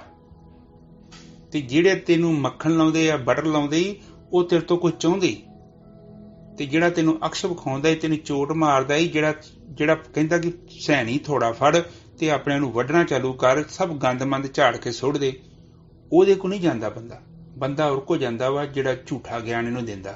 ਤੇ ਇਹੋ ਹੀ ਬੰਦੇ ਦੀ ਅਗਿਆਨ ਦਾ ਕਾਰਨ ਬੰਦਾ ਖੁਦ ਹੀ ਹੈ। ਆਤਮਾ ਉਹਨਾਂ ਚਿਰ ਤੱਕ ਅਦ੍ਰਿਸ਼ ਤੱਤ ਨੂੰ ਨਹੀਂ ਦੇਖ ਸਕਦੀ ਜਿੰਨਾ ਚਿਰ ਤੱਕ ਮਨ ਸਥਿਰ ਹੋ ਕੇ ਆਤਮਾ ਦੇ ਅੰਦਰ ਲੀਨ ਨਹੀਂ ਹੋ ਜਾਂਦਾ। ਸੋ ਅਦ੍ਰਿਸ਼ ਤੱਤ ਜਿਹੜਾ ਹੈ ਉਹ ਗਿਆਨ ਇੰਦਰੀਆਂ ਤੇ ਕਰਮ ਇੰਦਰੀਆਂ ਦਾ ਵਿਸ਼ਾ ਨਹੀਂ ਹੈ। ਇਸ ਕਰਕੇ ਉਸ ਤੱਤ ਨੂੰ ਬੁੱਧੀ ਦੇ ਨਾਲ ਅਨੁਭਵ ਨਹੀਂ ਕੀਤਾ ਜਾ ਸਕਦਾ। ਹਾਂ, ਇੰਦਰੀਆਂ ਦੀ ਅਕਿਰਿਆ ਅਵਸਥਾ ਦੇ ਵਿੱਚ ਜਦੋਂ ਮਨ ਆਪਣੇ ਸਰੂਪ ਦੇ ਵਿੱਚ ਸਥਿਰ ਹੋ ਜਾਂਦਾ ਹੈ ਤਾਂ ਸਾਰਾ ਸਰੀਰ ਹੀ ਜਿਹੜਾ ਹੈ ਉਹ ਦ੍ਰਿਸ਼ ਤੱਤ ਦੇ ਵਿੱਚ ਪ੍ਰਵੇਸ਼ ਕਰ ਜਾਂਦਾ ਹੈ। ਮਨ ਤੇ ਆਤਮਾ ਜਿਹੜੇ ਦੋਨੋਂ ਤੱਤ ਹਨ, ਇਹ ਅਦ੍ਰਿਸ਼ ਤੱਤ ਹਨ। ਇਸ ਕਰਕੇ ਇਹ ਟਾਈਮ ਤੇ ਸਪੇਸ ਦੇ ਵਿੱਚ ਨਹੀਂ ਆਉਂਦੇ ਹਨ। ਇਹ ਅਕਾਲ ਦੇ ਵਿੱਚ ਆਉਂਦੇ ਹਨ, ਨਾ ਤੇ ਜੰਮਦੇ ਹਨ, ਨਾ ਹੀ ਇਹ ਨਸ਼ਟ ਹੁੰਦੇ ਹਨ। ਜੋ ਪਰਮਾਤਮਾ ਦਾ ਜੋ ਸਭ ਤੋਂ ਅੰਤਰਲਾ ਗਰਭ ਹੈ, ਜਿਹਦੇ ਅੰਦਰ ਸਾਰਾ ਬ੍ਰਹਿਮੰਡ ਹੈ ਔਰ ਜਿਹਦੇ ਅੰਦਰ ਕੁਝ ਵੀ ਨਹੀਂ ਹੈਗਾ, ਉਸ ਤੱਤ ਨੂੰ ਕੇਵਲ ਆਤਮਾ ਅਨੁਭਵ ਕਰ ਸਕਦੀ ਹੈ। ਉਹ ਵੀ ਉਦੋਂ ਜਦੋਂ ਲਗਾਤਾਰ ਮਨ ਆਤਮਾ ਦੇ ਵਿੱਚ ਸਥਿਰ ਰਹਿੰਦਾ ਹੈ ਔਰ ਲਗਾਤਾਰ ਆਪ ਨੂੰ ਗਤੀ ਕਰਨੀ ਪੈਂਦੀ ਹੈ। ਔਰ ਇੱਕ ਸਮਾਂ ਆਵੇਗਾ ਆਪ ਦੇ ਮਸਤਕ ਦੇ ਉੱਤੋਂ ਬੱਜਰ ਕਪਾਟ ਖੁੱਲ ਜਾਣਗੇ ਤੇ ਸਾਰੀ ਆਪ ਦੀ ਯਾਤਰਾ ਪੂਰੀ ਹੋ ਗਈ। ਉਹ ਜਿਹਦੇ ਵੀ ਇਨਸਾਨ ਦੇ ਬੱਜਰ ਕਪਾਟ ਖੁੱਲ ਗਏ, ਉਹ ਪ੍ਰਕਾਸ਼ ਦੇ ਬਿਨਾਂ ਨਹੀਂ ਖੁੱਲਦੇ। ਪ੍ਰਕਾਸ਼ ਚਾਹੀਦਾ, ਕਿਉਂਕਿ ਆਪ ਦੀ ਆਤਮਾ ਦੇ ਅੰਦਰੋਂ ਜਿਹੜੇ ਸੰਸਕਾਰ ਉਹਨਾਂ ਨੂੰ ਨਸ਼ਟ ਕਰਨ ਦੇ ਲਈ ਕਾਫੀ ਟਾਈਮ ਲੱਗਦਾ ਹੈ। ਕਿਉਂਕਿ ਇਹ ਚੀਜ਼ ਕੀ ਤੁਹਾਨੂੰ ਪਤਾ ਨਹੀਂ, ਅਨੰਤ ਜਨਮਾਂ ਦੀ ਯਾਤਰਾ ਚੱਲੀ ਹੈ ਔਰ ਕਦੋਂ ਦੀ ਆਤਮਾ ਇਹ ਚੱਕਰਾਂ 'ਚ ਪਈ ਹੈ। ਆਤਮਾ ਦੇ ਅੰਦਰ ਜਦੋਂ ਮਨ ਸਥਿਰ ਹੋ ਗਿਆ ਤੇ ਔਰ ਉਹ 1-1 ਮਿੰਟ ਤੋਂ 2-2 ਮਿੰਟ ਤੋਂ ਗੇਮ ਸ਼ੁਰੂ ਹੁੰਦੀ ਹੈ। ਤੇ ਜੇ ਤੁਸੀਂ ਚੰਗੀ ਤਰ੍ਹਾਂ ਨੇਚਾ ਕਰਦੇ ਜੋ, ਸ਼ਰਧਾ ਰੱਖਦੇ ਜੋ, ਸ਼ਰਧਾ ਭਾਵਨਾ ਨਾਲ ਕੀਤਾ ਕੋਈ ਵੀ ਕਾਰਜ ਹੈ ਉਹ ਕਾਮਯਾਬ ਹੈ। ਹੁਣ ਤੁਸੀਂ ਦਾਨ ਵੀ ਕੀਤਾ, ਲੱਖ ਰੁਪਇਆ ਵੀ ਦੇਤਾ, ਕਰੋੜ ਵੀ ਦੇਤਾ, ਪਰ ਜੇ ਤੁਹਾਡਾ ਦਿਲ ਹੀ ਨਹੀਂ ਕਰਨ ਦਿਆ ਤੇ ਤੁਸੀਂ ਜੱਗੋ ਤੱਪੀ ਕੀਤਾ ਵਾ, ਉਹ ਦਾਨ ਨੇ ਫਲੀਭੂਤ ਨਹੀਂ ਹੋਣਾ। ਉਹਦੇ ਨਾਲ ਚੰਗਾ ਆਪ ਨਾ ਹੀ ਕਰੋ। ਤੇ ਸਾਧਨਾ ਵੀ ਅਗਰ ਆਪ ਜੱਗੋ ਤੱਪੀ ਕਰ ਰਹੇ ਹੋ, ਕਿਸੇ ਦੇ ਕਹਿਣ ਤੇ ਕਰ ਰਹੇ ਹੋ, ਉਹਦਾ ਵੀ ਕੋਈ ਫਾਇਦਾ ਨਹੀਂ। ਜੇਕਰ ਤੁਹਾਡਾ ਮਨ ਹੀ ਨਹੀਂ ਹੈਗਾ, ਤੁਸੀਂ ਚਾਹੁੰਦੇ ਹੀ ਨਹੀਂ, ਤੇ ਫਿਰ ਉਹ ਕਿੱਦਾਂ ਜ਼ਬਰਦਸਤੀ ਕਿੱਦਾਂ ਤੁਸੀਂ ਸਾਧਨਾ ਕਰੋਗੇ? ਇਹ ਤੇ ਤੁਹਾਡੀ ਇੱਛਾ ਚਾਹੀਦੀ ਹੈ। ਔਰ ਜਦ ਤੱਕ ਤੁਹਾਡੀ ਇੱਛਾ ਹੀ ਨਹੀਂ ਹੈਗੀ ਤੇ ਜ਼ਬਰਦਸਤੀ ਤੇ ਤੁਹਾਨੂੰ ਮੈਂ ਕਹਿੰਦਾ ਕਿ ਤੁਹਾਨੂੰ ਮੈਂ ਰੋਟੀ ਨਹੀਂ ਖਵਾ ਸਕਦਾ। ਤੁਸੀਂ ਕਹੋਗੇ ਕਿ ਮਰੀਜ਼ ਬੰਦੇ ਨੂੰ ਕਹੋਗੇ ਵੀ ਰੋਟੀ ਖਾ ਲਾ, ਉਹ ਕਹਿੰਦਾ ਮੇਰਾ ਮਨ ਨਹੀਂ ਕਰਦਾ। ਹੁਣ ਜ਼ਬਰਦਸਤੀ ਉਹਦੇ ਮੂੰਹ 'ਚ ਤੇ ਨਹੀਂ ਨਾ ਕੋਈ ਤੁੰਨ ਸਕਦਾ। ਸੋ ਇਹ ਜਿਹੜੀ ਯਾਤਰਾ ਉਹੋ ਹੀ ਬੰਦਾ ਕਰ ਸਕਦਾ ਵਾ ਜਿਹੜਾ ਬੰਦਾ ਆਪ ਚਾਹੁੰਦਾ ਹੈ। ਜ਼ਬਰਦਸਤੀ ਕਿਸੇ ਨੂੰ ਫੜ ਕੇ ਆਪਾਂ ਕਿਸੇ ਧਾਰਮਿਕ ਸਥਾਨ ਤੇ ਜ਼ਰੂਰ ਲੈ ਕੇ ਜਾ ਸਕਦੇ ਹਾਂ, ਪਰ ਉਸ ਇਨਸਾਨ ਨੂੰ ਆਤਮ ਗਿਆਨ ਦੀ ਪ੍ਰਾਪਤੀ ਨਹੀਂ ਕਰਵਾ ਸਕਦੇ। ਇਸ ਲਈ ਬੰਦੇ ਦੀ ਇੱਛਾ ਹੋਣੀ ਬਹੁਤ ਜ਼ਰੂਰੀ ਹੈ। ਦੁੱਖ, ਚਿੰਤਾ, ਪਰੇਸ਼ਾਨੀਆਂ, ਡਰ, ਭੈ ਆਦਿ ਪਰਛਾਵੇਂ ਤੋਂ ਉਨਾ ਚਿਰ ਮੁਕਤੀ ਪ੍ਰਾਪਤ ਨਹੀਂ ਹੋ ਸਕਦੀ ਜਿੰਨਾ ਚਿਰ ਤੱਕ ਆਤਮਾ ਦੇ ਅੰਦਰ ਮਨ ਲੀਨ ਨਹੀਂ ਹੋ ਜਾਂਦਾ ਔਰ ਜਦੋਂ ਇੱਕ ਵਾਰੀ ਮਨ ਲੀਨ ਹੋਣਾ ਸ਼ੁਰੂ ਹੋ ਗਿਆ ਤੇ ਆਪ ਜੀ ਨੂੰ ਕੁਝ ਹੀ ਦਿਨਾਂ ਦੇ ਅੰਦਰ ਇਹਨਾਂ ਸਾਰੇ ਔਗਣਾਂ ਤੋਂ ਮੁਕਤੀ ਮਿਲ ਜਾਏਗੀ। ਜੀਵਨ ਦੇ ਅੰਦਰ ਕਿੱਦਾਂ ਦੇ ਮਰਜ਼ੀ ਹਾਲਾਤ ਆ ਜਾਣ, ਪਰ ਤੁਹਾਡੇ ਅੰਦਰ ਜਿਹੜਾ ਬਣ ਚੁੱਕਿਆ ਆਨੰਦ ਆ ਉਹ ਚ ਰੱਤੀ ਭਰ ਫਰਕ ਨਹੀਂ ਪਵੇਗਾ। ਮਨ ਤੇ ਆਤਮਾ ਦੇ ਵਿਚਕਾਰ ਬਹੁਤ ਕੇਵਲ ਵਾਲ ਤੋਂ ਵੀ ਘੱਟ ਪੜਦਾ ਹੈ। ਇਹ ਕੋਈ ਬਹੁਤਾ ਵੱਡਾ ਪੜਦਾ ਨਹੀਂ ਹੈ ਕਿ ਇੰਨਾ ਵੱਡਾ ਪੜਦਾ ਹੈ ਕਿ ਤੁਹਾਨੂੰ ਪਾਰ ਕਰ ਲੱਗਿਆ, ਤੁਹਾਨੂੰ ਸਦੀਆਂ ਲੱਗ ਜਾਣਗੀਆਂ। ਇੱਕ क्षण ਦੇ ਅੰਦਰ ਤੇ ਮਨ ਆਤਮਾ ਦੇ ਅੰਦਰ ਪ੍ਰਵੇਸ਼ ਕਰ ਜਾਂਦਾ ਹੈ, ਦੂਜੇ क्षण ਬਾਹਰ ਆ ਜਾਂਦਾ ਹੈ, ਇੱਕ क्षण ਅੰਦਰ ਚਲ ਜਾਂਦਾ ਹੈ। ਬਸ ਕੁਛ ਹੀ ਸੈਕਿੰਡ ਜਦੋਂ ਮਨ ਅੰਦਰ ਰੁਕ ਗਿਆ ਤੇ ਉਹਨੂੰ ਪਤਾ ਲੱਗ ਜਾਣਾ। ਉਹ ਜਦੋਂ ਇਸਨੇ ਨਿਰਵਿਚਾਰ ਅਵਸਥਾ ਨੂੰ ਅਨੁਭਵ ਕਰ ਲਿਆ, ਫਿਰ ਇਸਨੇ ਦੁਬਾਰਾ ਤੁਹਾਡੇ ਕੋਲ ਬਾਰ-ਬਾਰ ਮੰਗ ਕਰਨੀ, ਕਿਉਂਕਿ ਇਹ ਤੇ ਵਿਚਾਰਾ ਖੁਦ ਲੱਭਦਾ ਫਿਰਦਾ ਕਿ ਮੈਨੂੰ ਉਹ ਕਿਸੇ ਤਰ੍ਹਾਂ ਆਨੰਦ ਤੇ ਸ਼ਾਂਤੀ ਮਿਲ ਜੇ। ਪਰ ਇਹ ਕੀ ਆ, ਇਹਦੀ ਜਿਹੜੀ ਖੋਜ ਆ ਉਹ ਹੈਗੀ ਆ ਗਲਤ ਹੈ। ਉਹ ਇੰਦਰੀਆਂ ਦੇ ਰਾਹੀਂ ਖੋਜ ਕਰ ਰਿਹਾ ਹੈ, ਔਰ ਇੰਦਰੀਆਂ ਦੇ ਵਿੱਚ ਜਦੋਂ ਵੀ ਆਪਾਂ ਮਨ ਨੂੰ ਭੜਕਦਾ ਪਾਵਾਂਗੇ ਤੇ ਸਮਝ ਲਓ ਕਿ ਇਹ ਆਪਣੇ ਮੂਲ ਤੋਂ ਟੁੱਟ ਗਿਆ। ਸਧਾਰਨ ਮਨੁੱਖ ਆਪਣੀ ਬੁੱਧੀ ਨਾਲ ਵਿਚਾਰ ਕਰਦਾ ਹੈ, ਇਸ ਲਈ ਕਈ ਜਾਤੀਆਂ ਹਨ, ਕਈ ਦੇਸ਼ ਹਨ, ਕਈ ਧਰਮ ਹਨ, ਤੇ ਇਹ ਸਾਰੇ ਅਗਿਆਨੀ ਹਨ। ਜਦੋਂ ਬ੍ਰਹਮ ਗਿਆਨੀ ਇਹ ਵਿਚਾਰ ਕਰਦਾ ਹੈ, ਉਹ ਆਤਮਾ ਤੱਤ ਦੇ ਵਿੱਚ ਪ੍ਰਵੇਸ਼ ਕੀਤਾ ਹੁੰਦਾ ਹੈ, ਤੇ ਉਹਦੇ ਲਈ ਤੇ ਸਾਰੇ ਮਨੁੱਖ ਨੇ, ਸਾਰੇ ਹੀ ਬ੍ਰਹਮ ਦਾ ਹੀ ਰੂਪ ਨੇ। ਸੋ ਜਦੋਂ ਆਪ ਬੁੱਧੀ ਨਾਲ ਵੇਂਦੇ ਜੋ ਤੇ ਆਪ ਨੂੰ ਇੱਕੋ ਇਨਸਾਨ, ਕੋਈ ਹਿੰਦੂ ਲੱਗਦਾ ਹੈ, ਮੁਸਲਿਮ ਲੱਗਦਾ ਹੈ, ਸਿੱਖ ਲੱਗਦਾ ਹੈ, ਈਸਾਈ ਲੱਗਦਾ ਹੈ, ਬੁੱਧਿਸਟ ਲੱਗਦਾ ਹੈ, ਜੈਨੀ ਲੱਗਦਾ ਹੈ, ਪਰ ਜਦੋਂ ਆਪ ਆਤਮ ਗਿਆਨ ਨੂੰ ਅਨੁਭਵ ਕਰ ਲੈਂਦੇ ਹੋ ਤੇ ਆਪ ਦੇ ਲਈ ਸਾਰਾ ਜਗਤ ਇੱਕ ਸਮਾਨ ਹੋ ਜਾਂਦਾ ਹੈ। ਜਿਹੜੀ ਤੁਹਾਡੇ ਅੰਦਰ ਇੱਕ ਜ਼ਮੀਨ ਹੈ, ਉਹ ਜ਼ਮੀਨ ਦੇ ਅੰਦਰ ਕੀ ਕਰਦੇ ਆ ਇਨਸਾਨ ਕਿ ਬਾਹਰੋਂ ਨਾ ਇਹ ਨਕਲੀ ਗਿਆਨ ਜਿਹੜਾ ਲੋਕਾਂ ਦਾ ਨਾ ਝੂਠਾ ਗਿਆਨ, ਅਸਲ 'ਚ ਇਹ ਜਿਹੜਾ ਨਾ ਗੰਦੇ ਨਾਲੀ ਦੇ ਪਾਣੀ ਵਾਂਗੂ ਹੁੰਦਾ ਹੈ, ਉਹਦੇ ਵਿੱਚ ਕੋਈ ਸਾਰ ਨਹੀਂ ਹੁੰਦਾ। ਜਿਹੜਾ ਬੰਦਾ ਵੀ ਇਹ ਗੰਦੇ ਨਾਲੇ ਦੇ ਪਾਣੀ ਨੂੰ ਆਪਣੇ ਕੋਲ ਇਕੱਠਾ ਕਰੀ ਜਾਂਦਾ, ਫਿਰ ਉਹ ਜਦੋਂ ਵੀ ਬੋਲਦਾ ਹੈ ਉਹਦੇ ਲਫ਼ਜ਼ਾਂ 'ਚ ਵੀ ਉਹ ਕੜਤਣ ਆਉਂਦੀ ਹੈ, ਕਿਉਂਕਿ ਉਹ ਪਾਣੀ ਹੀ ਗੰਦਾ ਹੈ, ਸਰੋਤ ਗੰਦਾ ਹੈ, ਤੇ ਪਾਣੀ ਉੱਤੋਂ ਸ਼ੁੱਧ ਨਿਰਮਲ ਗਿਆਨ ਕਿੱਥੋਂ ਪ੍ਰਾਪਤ ਹੋਊਗਾ। ਹੁਣ ਇੱਕ ਨਦੀ ਦਾ ਪਾਣੀ ਹੈ, ਨਿਰਮਲ ਹੈ। ਹੁਣ ਇਹ ਗੰਗਾ ਵਾ, ਨਿਰਮਲ ਹੈ, ਜਿੱਥੋਂ ਗੰਗੋਤਰੀ ਤੋਂ ਚੱਲਦੀ ਆ ਉਹ ਤੇ ਬਹੁਤ ਨਿਰਮਲ ਹੈ, ਸ਼ੁੱਧ ਹੈ। ਪਰ ਜਿਵੇਂ ਜਿਵੇਂ ਗੰਗਾ ਦੂਰ ਤੁਰੀ ਆਉਂਦੀ ਆ ਤੇ ਉਹਦੇ ਚ ਦੁਨੀਆ ਭਰ ਦੇ ਨਾਲੇ, 100 ਪੋਲੂਸ਼ਨ ਵਾਲੀਆਂ ਚੀਜ਼ਾਂ, ਤੇ ਉਹ ਗੰਗਾ ਦਾ ਉਹ ਅਕਸ਼ ਨਹੀਂ ਰਹਿ ਜਾਂਦਾ ਜਿਹੜਾ ਗੰਗੋਤਰੀ ਤੇ ਸੀ। ਸੋ ਇਸੇ ਤਰ੍ਹਾਂ ਨਿਰਮਲ ਗਿਆਨ ਹੈ, ਉਹ ਤੁਹਾਡੇ ਪ੍ਰਾਣਾਂ ਚੋਂ ਪ੍ਰਗਟ ਹੁੰਦਾ ਹੈ, ਉਹਦਾ ਬਾਹਰ ਦੇ ਜੀਵਨ ਦੇ ਨਾਲ ਕੋਈ ਸੰਬੰਧ ਨਹੀਂ ਹੈ। ਬੰਦੇ ਨੂੰ ਕੀ ਪ੍ਰੋਬਲਮ ਕੀ ਆ ਕਿ ਜਦੋਂ ਇਹ ਬੰਦਾ ਬਾਹਰਲੇ ਆਪਣੀ ਬੁੱਧੀ ਨਾਲ ਗਤੀ ਕਰਦਾ ਹੈ, ਮੱਤ ਦੇ ਨਾਲ ਚੱਲਦਾ ਹੈ, ਤੇ ਫਿਰ ਕੀ ਹੁੰਦਾ ਕਿ ਮੂਤ ਪਲੀਤੀ ਕੱਪੜੇ ਹੋਈਏ, ਦਈਏ ਸਾਬਣ ਲਈਏ ਧੋਏ, ਭਰੀਏ ਮੱਤ ਪਾਪ ਕੇ ਸੰਗ ਉਹ ਧੋਵੇ ਨਾਵੇ ਕਰਾਂ, ਹਨਾ। ਤੇ ਉਹ ਕੀ ਹੁੰਦਾ ਕਿ ਇਹ ਕਰਦਾ ਕਿ ਉਧਾਰੇ ਗਿਆਨ ਦੇ ਨਾ ਪੱਥਰ ਲਈ ਆਉਂਦਾ, ਚੁੱਕ ਚੁੱਕ ਕੇ ਪੱਥਰ, ਤੇ ਇਹ ਜਿਹੜੀ ਜਰਖੇਜ਼ ਜ਼ਮੀਨ ਹੈ ਇਹਦੇ ਅੰਦਰ, ਇਹ ਪੱਥਰੀ ਕਰ ਲੈਂਦਾ ਸਾਰੀ, ਫਿਰ ਉਹ ਤੇ ਬੰਜਰ ਹੋ ਜਾਂਦੀ ਹੈ। ਔਰ ਇਹ ਹੱਥ 'ਚ ਬੀਜ ਹੈਗਾ, ਜਿਹੜਾ ਬੀਜ ਹੈ ਨਾ ਤੁਹਾਡੇ ਕੋਲ ਬੀਜ ਹੈ, ਮਨ ਬੀਜ ਹੈ। ਆਪਣੇ ਅੰਤਰਮੁਖੀ ਦ੍ਰਿਸ਼ਟੀ ਕਰਕੇ ਉਸ ਮਨ ਰੂਪੀ ਬੀਜ ਨੂੰ ਉਹ ਧਰਤੀ 'ਚ ਬੀਜਣਾ। ਜੇ ਤੇ ਤੁਸੀਂ ਉਧਾਰੇ ਗਿਆਨ ਦੇ ਪੱਥਰਾਂ ਦੇ ਵਿੱਚ ਬੀਜ ਦੱਬਤਾ ਨਾ ਤੇ ਉਹਨੇ ਫਲੀਭੂਤ ਨਹੀਂ ਹੋਣਾ। ਇਸ ਕਰਕੇ ਸਾਧਨਾ ਦੇ ਵਿੱਚ ਆਪਣੇ ਆਪ ਨੂੰ ਮੁਕਤ ਕਰੋ ਉਸ ਅਗਿਆਨ ਤੋਂ, ਜੋ ਅਗਿਆਨ ਤੁਹਾਡੇ ਪ੍ਰਾਣਾਂ 'ਚੋਂ ਪ੍ਰਗਟ ਨਹੀਂ ਹੋਇਆ, ਆਪ ਨੇ ਪੜ੍ਹ ਲਿਆ। ਆਪ ਦੀ ਬੁੱਧੀ ਜਿਹੜੇ ਜਿੰਨਾ ਵੀ ਗਿਆਨ ਇਕੱਠਾ ਕਰੇਗੀ, ਆਪ ਲਈ ਓਨਾ ਮੁਸ਼ਕਲ ਹੋ ਜਾਣਾ ਜੇ ਆਤਮ ਗਿਆਨ ਨੂੰ ਪ੍ਰਾਪਤ ਕਰਨਾ।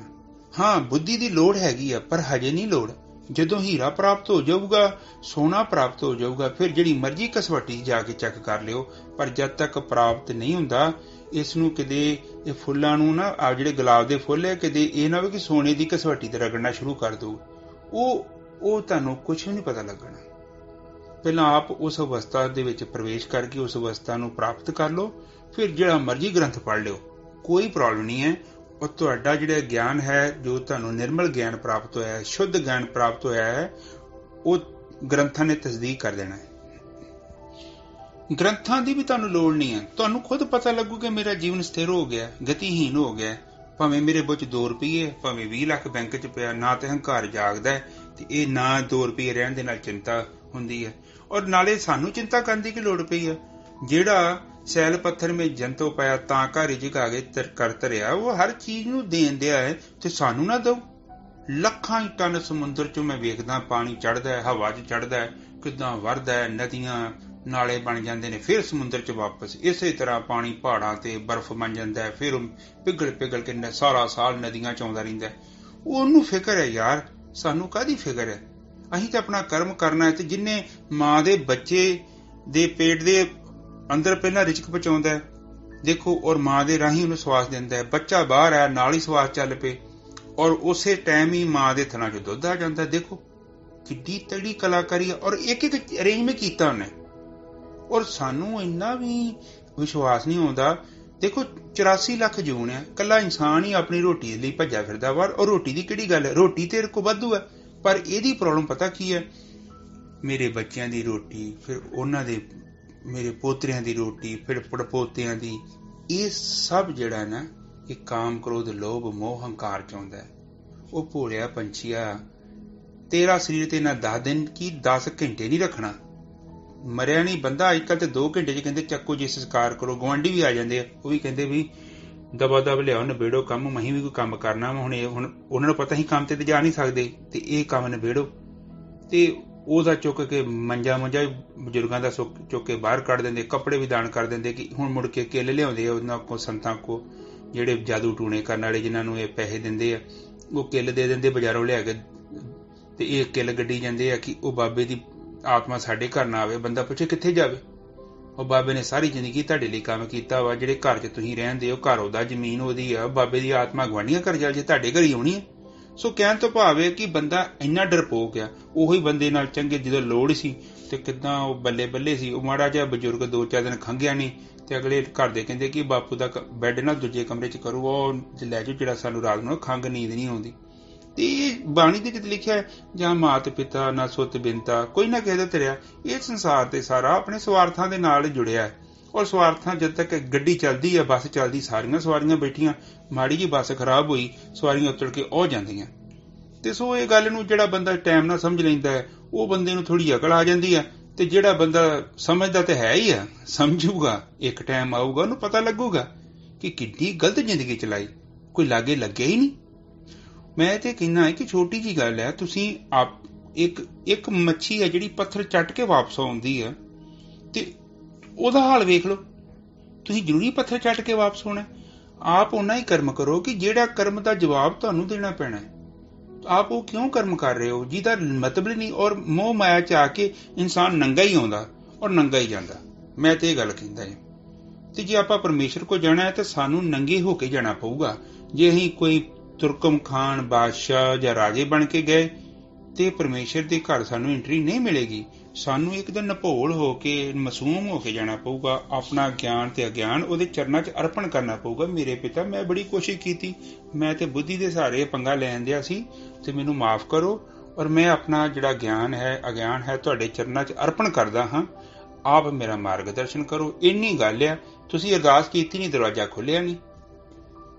ਔਰ ਹੌਲੀ ਹੌਲੀ ਕਰਕੇ ਉਹ ਜਿਹੜੇ ਬੰਜਰ ਪੱਥਰ ਨੇ, ਜਿਹੜੀ ਜ਼ਮੀਨ ਤੁਹਾਡੀ ਨੂੰ ਖਰਾਬ ਕਰ ਰਹੇ, ਉਹਨਾਂ ਨੂੰ ਖੁਦ ਚੁੱਕ ਕੇ ਬਾਹਰ ਸੁੱਟ ਦਿਓ।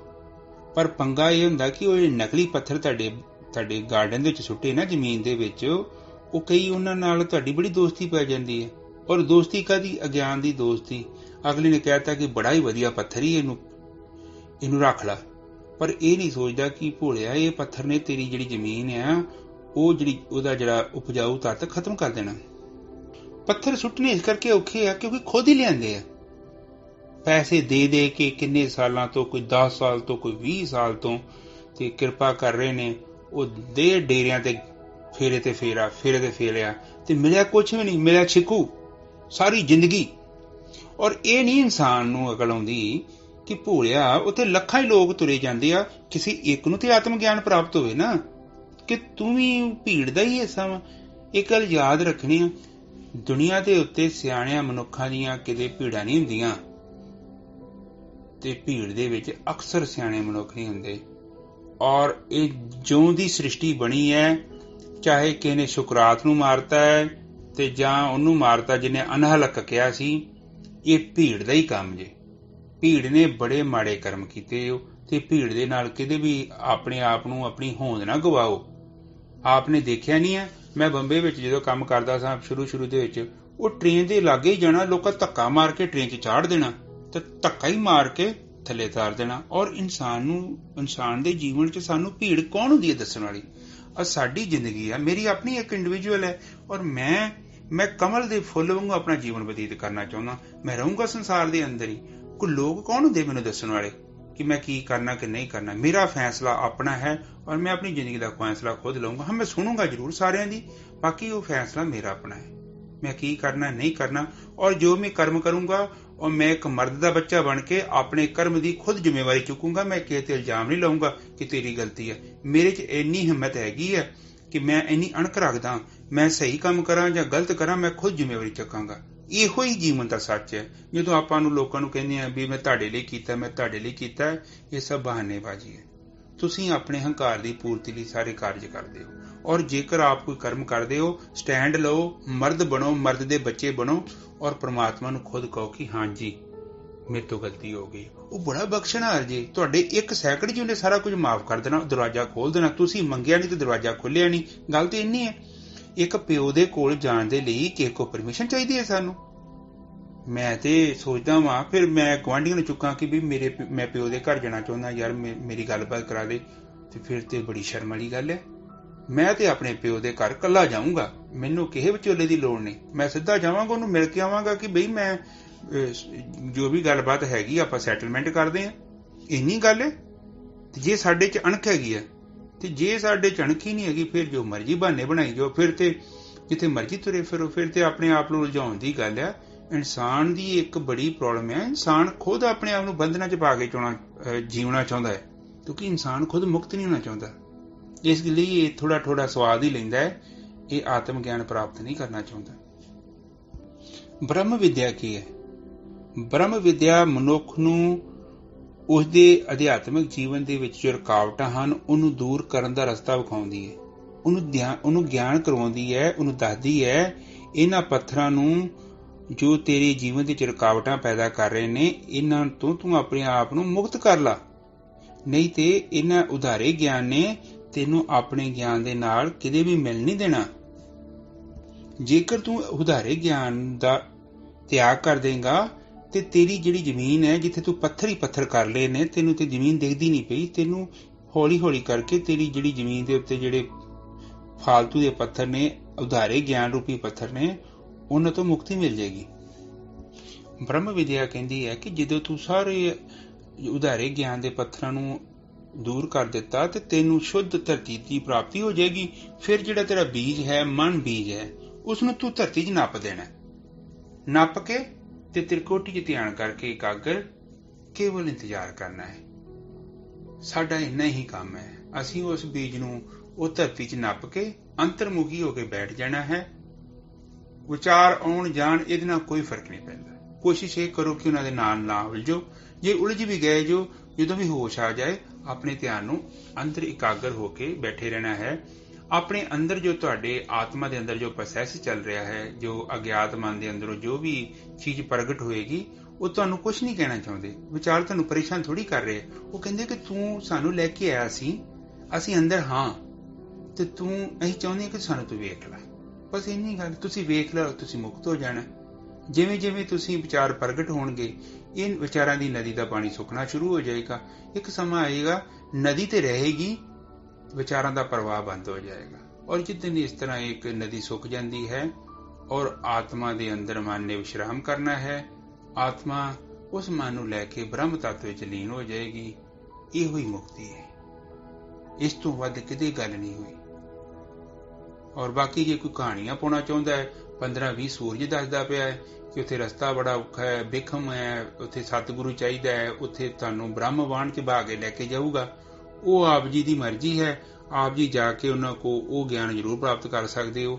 ਔਰ ਉਸ ਗਿਆਨ ਦੇ ਨਾਲ ਅਜੇ ਤੱਕ ਕਿਸੇ ਦੀ ਮੁਕਤੀ ਨਹੀਂ ਹੋਈ। ਜਿਸ ਤਰ੍ਹਾਂ ਆਪਾਂ ਧਰਤੀ ਦੇ ਵਿੱਚ ਕਿਸੇ ਬੀਜ ਨੂੰ ਦੱਬ ਕੇ ਬਾਅਦ ਚ ਆਪਾਂ ਇੰਤਜ਼ਾਰ ਕਰਦੇ ਹਾਂ, ਉਹ ਧਰਤੀ ਮਾਤਾ ਦੀ ਡਿਊਟੀ ਹੈ। ਉਹ ਆਪਣੇ ਮਿਨਰਲ ਉਸ ਬੀਜ ਨੂੰ ਦਿੰਦੀ ਹੈ, ਨਮੀ ਵੀ ਦਿੰਦੀ ਹੈ। ਔਰ ਕੁਝ ਹੀ ਸਮੇਂ ਬਾਅਦ ਉਸ ਛੋਟੇ ਜਿਹੇ ਨੰਨੇ ਜਿਹੇ ਬੀਜ ਦੇ ਵਿੱਚੋਂ ਇੱਕ ਖੂਬਸੂਰਤ ਪੌਦੇ ਦਾ ਜਨਮ ਹੁੰਦਾ ਹੈ ਔਰ ਹੌਲੀ ਹੌਲੀ ਕਰਕੇ ਇੱਕ ਵਿਸ਼ਾਲ ਦਰਖਤ ਬਣ ਜਾਂਦਾ ਹੈ। ਸੋ ਆਪਣੇ ਬੀਜ ਨੂੰ ਨਸ਼ਟ ਹੋਣ ਤੋਂ ਪਹਿਲਾਂ, ਉਹ ਨਸ਼ਟ ਤੇ ਹੋ ਜਾਣਾ। ਇਹਦੇ ਵਿੱਚ ਆਪ ਨੂੰ ਮੈਂ ਇੱਕ ਬਿਲਕੁਲ ਹੀ ਕਲੀਅਰ ਕੱਟ ਕਰ ਦਿੰਦਾ ਕਿ ਆਪ ਦੇ ਅੰਦਰ ਜੋ ਬੀਜ ਹੈ ਨਸ਼ਟ ਹੋ ਜਾਣਾ ਹੈ।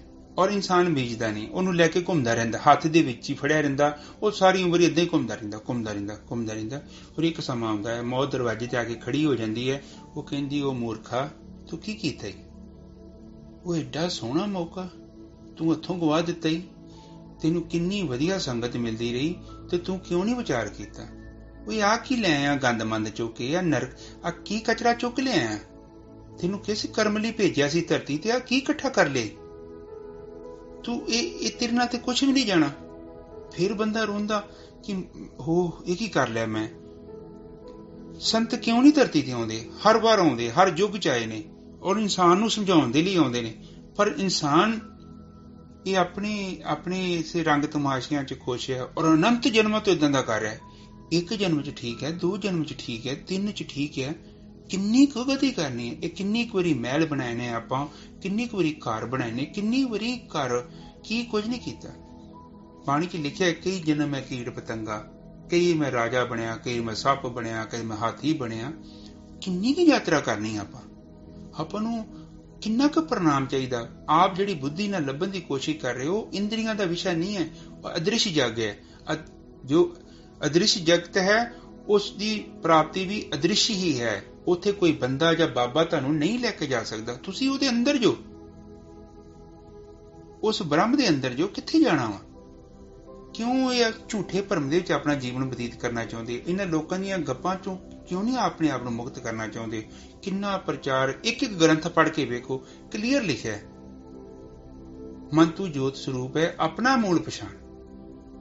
ਉਹਦੇ ਤੇ ਕਿਤੇ ਨਹੀਂ ਲਿਖਿਆ ਕਿ ਤੁਹਾਨੂੰ ਉੱਥੇ ਪ੍ਰਮਾਤਮਾ ਦੇ ਲਾਗੇ ਕੋਈ ਬ੍ਰਹਮਵਾਨ ਆਊਗਾ, ਤੈਨੂੰ ਚੁੱਕ ਕੇ ਲੈ ਕੇ ਜਾਊਗਾ। ਇਹਨਾਂ ਲੋਕਾਂ ਦੀਆਂ ਗੱਪਾਂ ਤੇ ਵਿਸ਼ਵਾਸ ਕਰਦੇ ਜੋ। ਜਦ ਆਪਨੇ ਆਪਣੇ ਧਿਆਨ ਨੂੰ, ਆਪਣੀ ਸੁਰਤੀ ਨੂੰ ਮਸਤਕ ਦੇ ਅੰਦਰ ਇਕਾਗਰ ਕੀਤਾ, ਆਪ ਦਾ ਮਨ ਹੌਲੀ ਹੌਲੀ ਕੇ ਟੁੱਟ ਕੇ, ਇੱਕ ਵਿਚਾਰ ਤੋਂ 2 ਵਿਚਾਰਾਂ ਤੋਂ ਟੁੱਟ ਕੇ ਇਹ ਤੇ ਕਰਨਾ ਹੈ ਕਿ ਇਹਦੀ ਸੁਰਤੀ ਜਿਹੜੀ ਚੇਤਨਾ ਬਿਖਰੀ ਹੋਈ ਸੀ ਉਹ ਇਕੱਠੀ ਹੋ ਜਾਣੀ ਹੈ। ਔਰ ਜਦੋਂ ਵੀ ਤੁਹਾਡੀ ਸੁਰਤੀ ਇਕੱਠੀ ਹੋ ਗਈ ਤੇ ਬਸ ਕੰਮ ਹੋ ਗਿਆ। ਉਹ ਇੰਨੀ ਸੂਖਮ ਹੋ ਜਾਂਦੀ ਹੈ। ਆਪ ਜੀ ਦੀ ਜਿਹੜੀ ਮਨ ਦੀ ਜਿਹੜੀ ਸੁਰਤੀ ਹੈ ਇੰਨੀ ਜ਼ਿਆਦਾ ਸੂਖਮ ਹੋ ਜਾਂਦੀ ਹੈ, ਉਹਨੂੰ ਵਿਚਾਰ ਚਿਮੜ ਹੀ ਨਹੀਂ ਸਕਦਾ। ਔਰ ਉਹ ਜਦੋਂ ਆਤਮਾ 'ਚ ਚੱਲ ਗਿਆ, ਫਿਰ ਇਹ ਪ੍ਰਕਾਸ਼ ਨੇ ਕੀ ਕਰਨਾ ਹੈ, ਮਨ ਨੂੰ ਅੰਦਰ ਹੀ ਆਤਮਾ ਦੇ ਅੰਦਰ ਲੌਕ ਕਰ ਦੇਣਾ। ਮਨ ਫਿਰ ਬਾਹਰ ਨਹੀਂ ਨਿਕਲ ਸਕਦਾ। ਉਹ ਆਤਮਾ ਜਗਤ ਹੀ ਰਹੇਗਾ। ਔਰ ਜਦ ਤੱਕ ਆਪ ਦਾ ਸਰੀਰ ਰਹੇਗਾ, ਆਪ ਸੰਸਾਰ ਦੇ ਵਿੱਚ ਹੱਸੋਗੇ, ਖੇਡੋਗੇ, ਇੱਕ ਬੜਾ ਖੂਬਸੂਰਤ ਆਨੰਦਮਈ ਜੀਵਨ ਬਤੀਤ ਕਰੋਗੇ। ਔਰ ਉਹਦੀ ਕੋਈ ਕੰਪੇਅਰਮੀਜ਼ਨ ਨਹੀਂ। ਮੈਂ ਇਹ ਨਹੀਂ ਕਹਿੰਦਾ ਕਿ ਤੁਸੀਂ ਆਤਮ ਗਿਆਨ ਨੂੰ ਪ੍ਰਾਪਤ ਕਰ ਲਓਗੇ ਤੇ ਤੁਹਾਨੂੰ ਲੱਖਾਂ ਕਰੋੜਾਂ ਰੁਪਏ ਮਿਲ ਜਾਣਗੇ। ਇਹ ਦਾਸ ਕਦੇ ਨਹੀਂ ਕਿਹਾ ਤੇ ਨਾ ਹੀ ਦਾਸ ਕਹਿਣਾ ਚਾਹੁੰਦਾ। ਹਾਂ, ਤੁਸੀਂ ਮੰਗ ਲਓ ਪ੍ਰਮਾਤਮਾ ਤੋਂ, ਕੀ ਚਾਹੀਦੀ ਦੇ ਦੇਗਾ ਤੁਹਾਨੂੰ। ਪਰ ਮੈਂ ਇਹ ਨਹੀਂ ਕਹਿੰਦਾ ਕਿ ਤੁਹਾਨੂੰ ਆਤਮ ਗਿਆਨ ਪ੍ਰਾਪਤ ਹੋਣ ਦੇ ਨਾਲ ਤੁਹਾਡੇ ਘਰ 'ਚ ਮੋਟਰਸਾਈਕਲ, ਕਾਰਾਂ ਜਾਂ ਕੋਠੀਆਂ ਦੀ ਪ੍ਰਾਪਤੀ ਹੋ ਜਾਊਗੀ। ਮੈਂ ਦਾਸ ਤੁਹਾਨੂੰ ਇਹੋ ਹੀ ਕਹਿਣਾ ਚਾਹੁੰਦਾ, ਜਿੱਦਣ ਤੁਹਾਨੂੰ ਆਤਮ ਗਿਆਨ ਦੀ ਪ੍ਰਾਪਤੀ ਹੋਈ, ਤੁਹਾਡੇ ਵਰਗਾ ਸੁਖੀ ਇਨਸਾਨ ਧਰਤੀ ਤੇ ਨਹੀਂ ਮਿਲੇਗਾ। ਬੇਸ਼ੱਕ ਤੁਹਾਡੇ ਕੋਲ 2 ਰੁਪਏ ਵੀ ਬਚਣਾ ਹੋਣ। ਦਾਸ ਇੰਨੀ ਗਰੰਟੀ ਜ਼ਰੂਰ ਲੈਂਦਾ। ਜੋ ਸਾਡੀ ਬੁੱਧੀ ਹੈ ਨਾ, ਉਹਦਾ ਆਧਾਰ ਬਾਸੀ ਅਤੇ ਉਧਾਰਾ ਹੈ, ਪੁਰਾਣਾ ਹੈ। ਜੋ ਸਾਡੀ ਆਤਮਾ ਹੈ, ਉਹ ਜਾਣਨ ਵਾਲੀ ਚੇਤਨਾ ਹੈ। ਉਸ ਨੂੰ ਫੈਸਲਾ ਲੈਣ ਦੇ ਲਈ ਉਧਾਰੇ ਗਿਆਨ ਦੀ ਜ਼ਰੂਰਤ ਨਹੀਂ ਪੈਂਦੀ। ਉਹਨੂੰ ਪਤਾ ਹੈ ਗ੍ਰੰਥਾਂ ਦੇ ਵਿੱਚ ਕੀ ਲਿਖਿਆ ਹੈ। ਉਹ ਬਿਨਾਂ ਗ੍ਰੰਥਾਂ ਨੂੰ ਪੜ੍ਹੇ ਹੀ ਉਹ ਇੱਕ ਨਿਰਪੱਖ ਹੋ ਕੇ ਫੈਸਲਾ ਦਿੰਦੀ ਹੈ। ਉਹ ਕਹਿੰਦੀ ਕਿ ਇਸ ਟਾਈਮ ਤੇ ਕੀ ਕਰਨਾ ਸਹੀ ਹੈ ਔਰ ਕੀ ਨਹੀਂ ਕਰਨਾ ਨਹੀਂ ਚਾਹੀਦਾ।